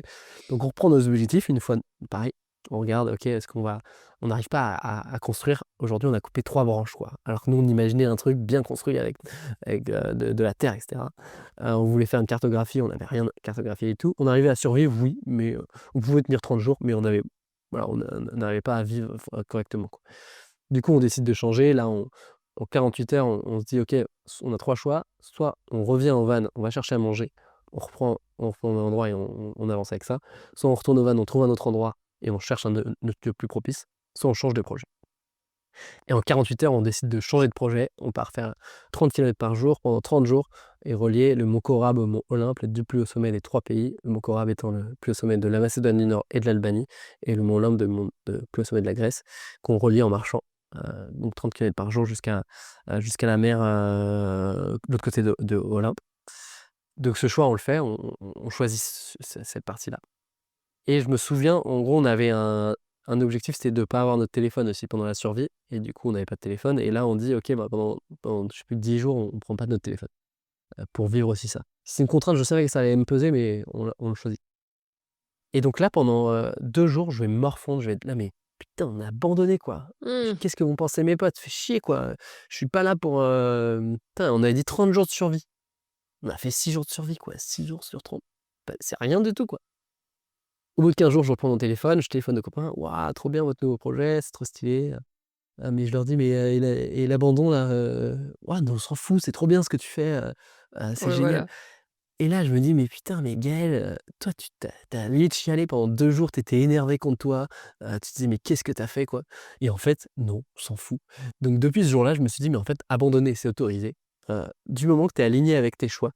Et puis après, quand il me disait: «Mais 6 jours, c'est énorme, 6 jours de survie, Gaël, tu as fait 6 jours de survie, c'est énorme». Et je OK, en fait, tu reprends un peu de recul et tu te dis: «Mais oui, mais en fait, c'était très bien». C'est juste que nous, on se met des barrières tout seul et c'est voilà. Donc dans la vie, parfois, il faut garder le bon côté des choses. C'est pas très grave d'abandonner. À l'inverse, voilà, je disais tout à l'heure, faut faire attention, faut pas toujours abandonner, faut être persévérant et voilà, faut savoir, c'est à vous bah, de savoir si c'est plutôt bon ou plutôt mauvais. C'est une posture, quoi, à avoir. Mais en tout cas, le fait d'abandonner, c'est pas un problème, quoi. Extra. Et donc le succès dont tu es le plus fier? Ça demande de définir le succès, c'est ce Heu que j'adore. Bon, le succès qui est le plus fier, c'est l'attitude. Je crois que je suis hyper content d'avoir monté un projet. En fait, je suis parti pour monter une entreprise. J'avais 2 entreprises possibles, c'était monter une boîte d'aménagement de vannes, parce qu'on avait aménagé 2 vannes, j'avais revendu, ça Mmh. marchait bien. Ou alors monter un festival sur le thème de l'aventure. Et j'ai Mmh. rencontré Alexandre qui, lui, avait fait 10 ans d'événementiel, donc on décide de lancer ça. Finalement, il va quitter le projet au bout d'1 an, ou de 6 mois parce il s'est embauché, il avait des enfants, il avait besoin financièrement de gagner de l'argent. Il est toujours là aujourd'hui, on fait des calls on se rencontre encore tous les mois parce qu'on s'entend super bien. Et donc je monte ça et donc je monte une association au lieu d'une entreprise, parce que c'était plus facile pour, créer le premier événement. Et hem et je vais essayer de mettre des choses dedans et notamment une chose, c'est de donner de la liberté aux bénévoles parce que déjà ils donnent de leur temps pour venir. Donc on monte un projet, moi j'ai beaucoup d'ambition, j'aime bien la vision assez grandiose, donc l'objectif c'est dans des grandes salles, de partager le thème de l'aventure dans des grandes salles avec, une patte un peu particulière, à la fois d'avoir des documentaires comme peut faire Montagne en scène, que peut faire d'autres cinémas, d'autres festivals de films, d'avoir une conférence parce que je trouve qu'on est impactant par la conférence et que le fait de parler, heu c'est une autre manière d'aborder, les sujets. Et puis la troisième manière, c'est de faire vivre avec des expériences. Heu, donc ça, c'est le projet et je donne une liberté aux bénévoles en leur disant: «Mais allez là où vous avez envie, pas forcément là où vous avez des compétences». Quand ils viennent aux Latitudes, les gens ont des compétences. Forcément, il y en a qui sont plus, dans des vidéastes, il y en a qui sont plus, heu, dans le relationnel, voilà, chacun a son domaine. Et heu et cette liberté, elle permet plein de choses. C'est que je trouve que c'est assez fou. Il y a 2 personnes qui sont arrivées aux Latitudes qui avaient un métier et qui ont changé de métier en partant, quoi. Une qui était dans l'économie sociale et solidaire, qui était, plutôt dans je sais pas, dans un quotidien assez classique et elle a décidé de partir dans l'événementiel. Et je trouve ça trop beau d'entendre ça, en fait, d'avoir donné cette liberté que les gens, se s'autorisent à changer. On donne aussi du coup, on est un peu comme dans un cocon entre nous, on parle souvent d'aventure, de projets et cetera et d'entendre qu'il y en a qui avaient jamais dormi sous la tente, qui partent faire, le tour du Mont Blanc, et dormir sous la tente, je trouve ça génial. Le fait de partir en solitaire, faire du vélo en bikepacking pour une femme qui avait jamais fait ça et qui a entendu une pote qui a dit: «Bah, moi j'ai fait ça, ça se fait bien», et du coup elle est partie faire ça. Je trouve ça en fait trop cool de donner Ouais. cette liberté et de créer ça et je suis très fier donc pour moi c'est un succès, c'est d'avoir créé une asso, où les gens se sentent bien, j'espère, hein. Parfois il y en a qui partent, il y en a qui arrivent, qui partent. Il y en a qu'on sollicite trop, c'est pas forcément facile. Mais, en tout cas j'essaye je suis pas parfait donc parfois ça marche pas, mais en tout cas j'essaye de le faire. Et encore hier soir, on avait une réunion et j'entendais, «Putain aujourd'hui j'ai bossé 4 heures sur de Latitude, j'ai bossé 2 heures pour, l'entreprise dans laquelle je bosse». Bon, je bosse plus pour Latitude que pour, donc elle fait ça pendant 6 heures de boulot, tu vois? Je trouve ça ouf, heu et heu et elle dit: «Mais en fait, je prends tellement plus de plaisir à bosser pour Latitude que bosser pour ça, que pour mon boulot, que je trouve ça ouf». Donc moi, en fait, je trouve ça cool de pouvoir donner ça et peut-être qu'un jour on arrivera à créer des emplois, et avancer là-dessus. Mais en tout cas, super fier d'entendre ces messages-là. Mmh. qui sont peut-être pas forcément les bons. C'est dommage d'entendre qu'elle bosse moins pour sa boîte que pour un projet à côté, mais en tout cas, elle est bénévole, elle est associée, elle est dans une association, elle donne du temps avec générosité pour un projet qui a du sens, de partager, de transmettre les valeurs. Les gens qui viennent au festival, ils sont impactés, ils changent, quoi. Et ben ça, je trouve ça hyper beau et je trouve ça chouette. Génial. Est-ce qu'il y a une citation qui t'inspire en général? J'avais vu cette question-là que tu m'avais Ah oui, demandé. c'est une des rares que je laisse préparer. J'ai pas réussi à Non, savoir. c'est pas grave. En fait, j'en ai une, mais je l'ai pas. C'est une citation de Tesson, mais je l'ai pas. Je l'ai pas écrite. Enfin, j'arrive pas à la retrouver comment c'est. C'est pas grave, Euh, paraphrase. ouais. En gros, c'était pendant la traversée des Alpes en ski en parapente. J'avais cassé mon téléphone. Euh, et le lendemain matin, donc je lisais aussi la parole de Dieu, je pouvais pas lire la parole.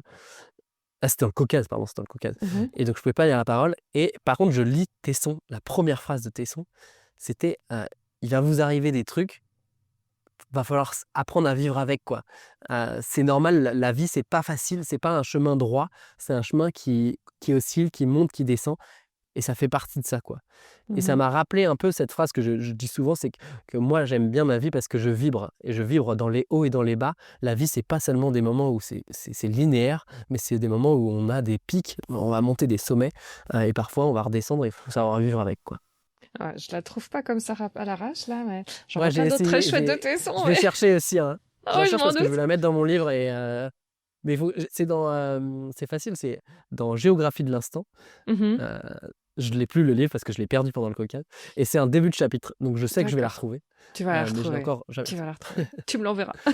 Et je crois que c'est même une Un jour. citation, deux D'une citations, c'est une citation. paraphrase. Ouais. Ah, ouais, d'accord. Ah, Et bah, il ça va être le met ça. avec ses mots aussi. Mais voilà. Ok. Voilà, en tout cas, l'idée est belle, donc merci de l'avoir partagée.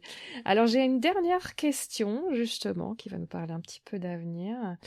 Alors, ici, encore un invité. J'ai vu qu'il te suivait, mais je crois que vous ne vous connaissez pas. C'est l'occasion. Très chouette invité. J'ai fait un très, très, très bel épisode sur les voyageurs du Moyen-Âge. Mais donc, Salut Gaël, c'est Willy Minec, autre aventurier et membre de la Société des explorateurs français. J'ai une question pour toi. Je sais que tu as à ton actif pas mal d'aventures maintenant, mais pour le futur, est-ce que tu ambitionnes de t'engager dans une ambition exploratoire en particulier? Et si oui, laquelle? Will Mineg, on s'est déjà croisés. voilà. J'en ambitionne une, oui, notamment la traversée des Alpes en ski de randonnée. Dont j'ai un peu parlé, 82 jours de ski de randonnée par les montagnes des Alpes. Et j'en ai un autre qui me trotte dans la tête depuis longtemps, que j'ai pas encore de date, donc c'est encore un rêve. Mais c'est de faire le tour de l'Amérique latine à la voile, en associant à la fois la côté expédition sportive et humanitaire. Donc j'ai un itinéraire que j'ai déjà bien tracé, de faire une pause, de partir 2 fois 8 mois, de rentrer en France, faire des conférences et repartir. Et dans l'idée, c'est donc de faire du parapente, de faire un peu de rassembler toutes mes passions sur un projet, de partir Mhm. avec ma femme, si j'ai une femme un jour, et qu'on ait cette partie aussi humanitaire que je trouve chouette à Hmm. partager. Ouais, magnifique. Donc un projet personnel, très personnel, puisque c'est aussi parler de famille. Ok, Exactement. ben magnifique. Donc c'est ça, puisque à mon avis, ce que William, puisque lui justement, il avait étudié l'angle de voyager dans l'histoire, etc. Savoir si tu voulais donner une connotation, une saveur, une couleur particulière à ton aventure, ben ce serait celle-là alors. Exactement, je suis pas un historien, je suis pas un explorateur dans le scientifique, même si je suis ingénieur, j'aimerais bien associer des trucs un peu scientifiques. Mais moi, c'est l'humain qui m'intéresse, c'est les rencontres, c'est l'échange avec les gens, et donc aller découvrir des cultures et partager sur ce que j'apprends, comme je l'ai pu le faire en Russie, notamment. Extra. Alors pour ceux qui veulent te suivre désormais, où est-ce qu'on peut te retrouver? Tu as parlé d'Insta? Ouais, je suis sur Instagram, Gaël Meunier. J'ai un site internet gaëlmeunier.com. J'ai un LinkedIn aussi que j'utilise pas mal, Gaël Meunier. Et sinon, le Latitude Expérience, c'est aussi le moyen pour me retrouver. Je suis donc le fondateur de cette association. On a un site internet, on a 3 éditions cette année. Une à Paris au Grand Rex le 15 avril prochain, une à Lyon le 23 avril et une à Annecy le 21 mai. Et puis ça continue tous les 6 mois, donc si l'épisode est passé, Oui, c'est vous ça. pouvez regarder sur le site Tous les internet 6 mois. latitudeexperience.com. D'accord, ben, un grand merci pour ton temps ce matin, Gaël. C'était un vrai plaisir. Avec grand plaisir, c'était très chouette de partager tout ça. J'espère que, comme moi, vous avez passé un bon moment sous les quelques latitudes que nous a proposé Gaël et son sourire qui s'entend jusque dans sa voix. N'hésitez pas à le suivre sur ses réseaux, de guetter les prochains événements de son asso. Quelque chose me dit que cela en vaut la peine. Il y a plusieurs pépites dans cet épisode. Personnellement, je retiendrai la notion d'alignement, peu importe le regard des autres. Cette histoire d'oser pivoter sereinement dans l'aventure sans se mettre la pression sur le qu'en dira-t-on. J'avoue que cela me parle beaucoup en ce moment où, pour la première fois en 5 ans, j'ai dû perturber un peu le rythme de métronome de Storylific dans sa sortie tous les 15 jours, vu mon changement de travail. Merci Gaël donc pour la piqûre de rappel. Je m'engage à faire ce que je peux, mais sans pression, afin de ne pas perdre la notion de plaisir quand je vous prépare un nouvel épisode. N'hésitez pas à m'écrire et à écrire à Gaël pour nous faire part de ce qui résonne pour vous. Dans les notes de l'épisode, je te mettrai un lien vers les réseaux de Gaël, vers son festival, vers les autres épisodes mentionnés pendant notre discussion et pour ceux que cela intéresse, sur la page de l'épisode storylific.com, tu trouveras d'autres ressources encore pour mieux connaître Gaël et ses aventures. Si vous voulez soutenir Storylific, je suis à présent sur la plateforme Ko-fi, ko-fi.com/storylific, où pour le prix d'un café, vous pouvez m'envoyer votre soutien et apporter votre pierre à ce projet qui n'a d'autre ambition que de vous donner des outils et des mentors pour oser vivre vos rêves. J'adore vous entendre me dire que telle chose a résonné pour vous ou que vous avez contacté tel invité pour vous lancer dans vos projets à vous. C'est pour cela que Storylific existe. Si vous le souhaitez, vous pouvez vous inscrire à la newsletter de Storylific ou me laisser votre adresse email sur storylific.com ou sur mes réseaux. Je vous enverrai un récap des derniers épisodes ainsi que quelques réflexions, infos et bons plans. Comme toujours, je termine en te demandant de faire un petit geste tout simple qui fait un monde de différence pour le projet. Storylific soutient la reforestation avec l'ONG Graines de Vie et tous les bénévoles autour de Frédéric Debouche. Je les salue au passage. Et pour en savoir plus sur cette ONG et les enjeux de la reforestation, c'est l'épisode 3 de ce podcast puisque la reforestation est l'une des principales racines, c'est le cas de le dire, de ce podcast. Donc, si l'épisode t'a plu, partage-le sur tes réseaux ou parle-en autour de toi. Cela aide énormément le podcast, mais aussi ce projet-là, pour que la nature ait toujours sa place demain. Chaque petit geste, chaque petite pousse compte.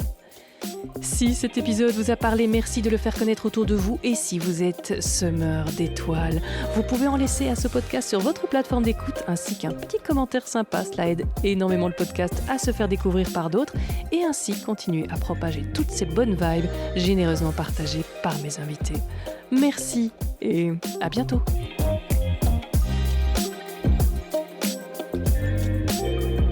J'ai l'impression que ta connexion internet rame un peu, mais s'il y a des glitches, c'est pas grave. Comme ça, l'enregistrement se fait en local, donc après pour la version audio du podcast, il n'y aura aucun souci. Mais attends, je peux changer d'endroit s'il faut. Je peux aller dans le salon. Je vais demander juste à mon coloc si je peux prendre le salon. Ça, c'est vraiment du direct. Merci à la personne qu'on est en train de virer. Est-ce que c'est mieux pour toi ? demande le peuple, c'est parfait. C'est parfait.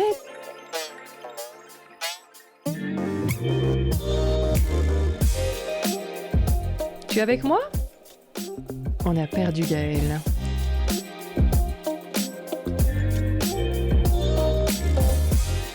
Du coup, de s'entourer de bien...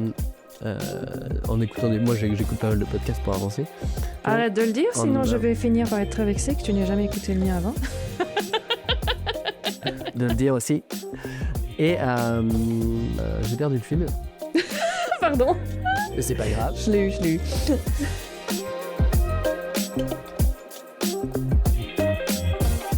C'était vachement sympa.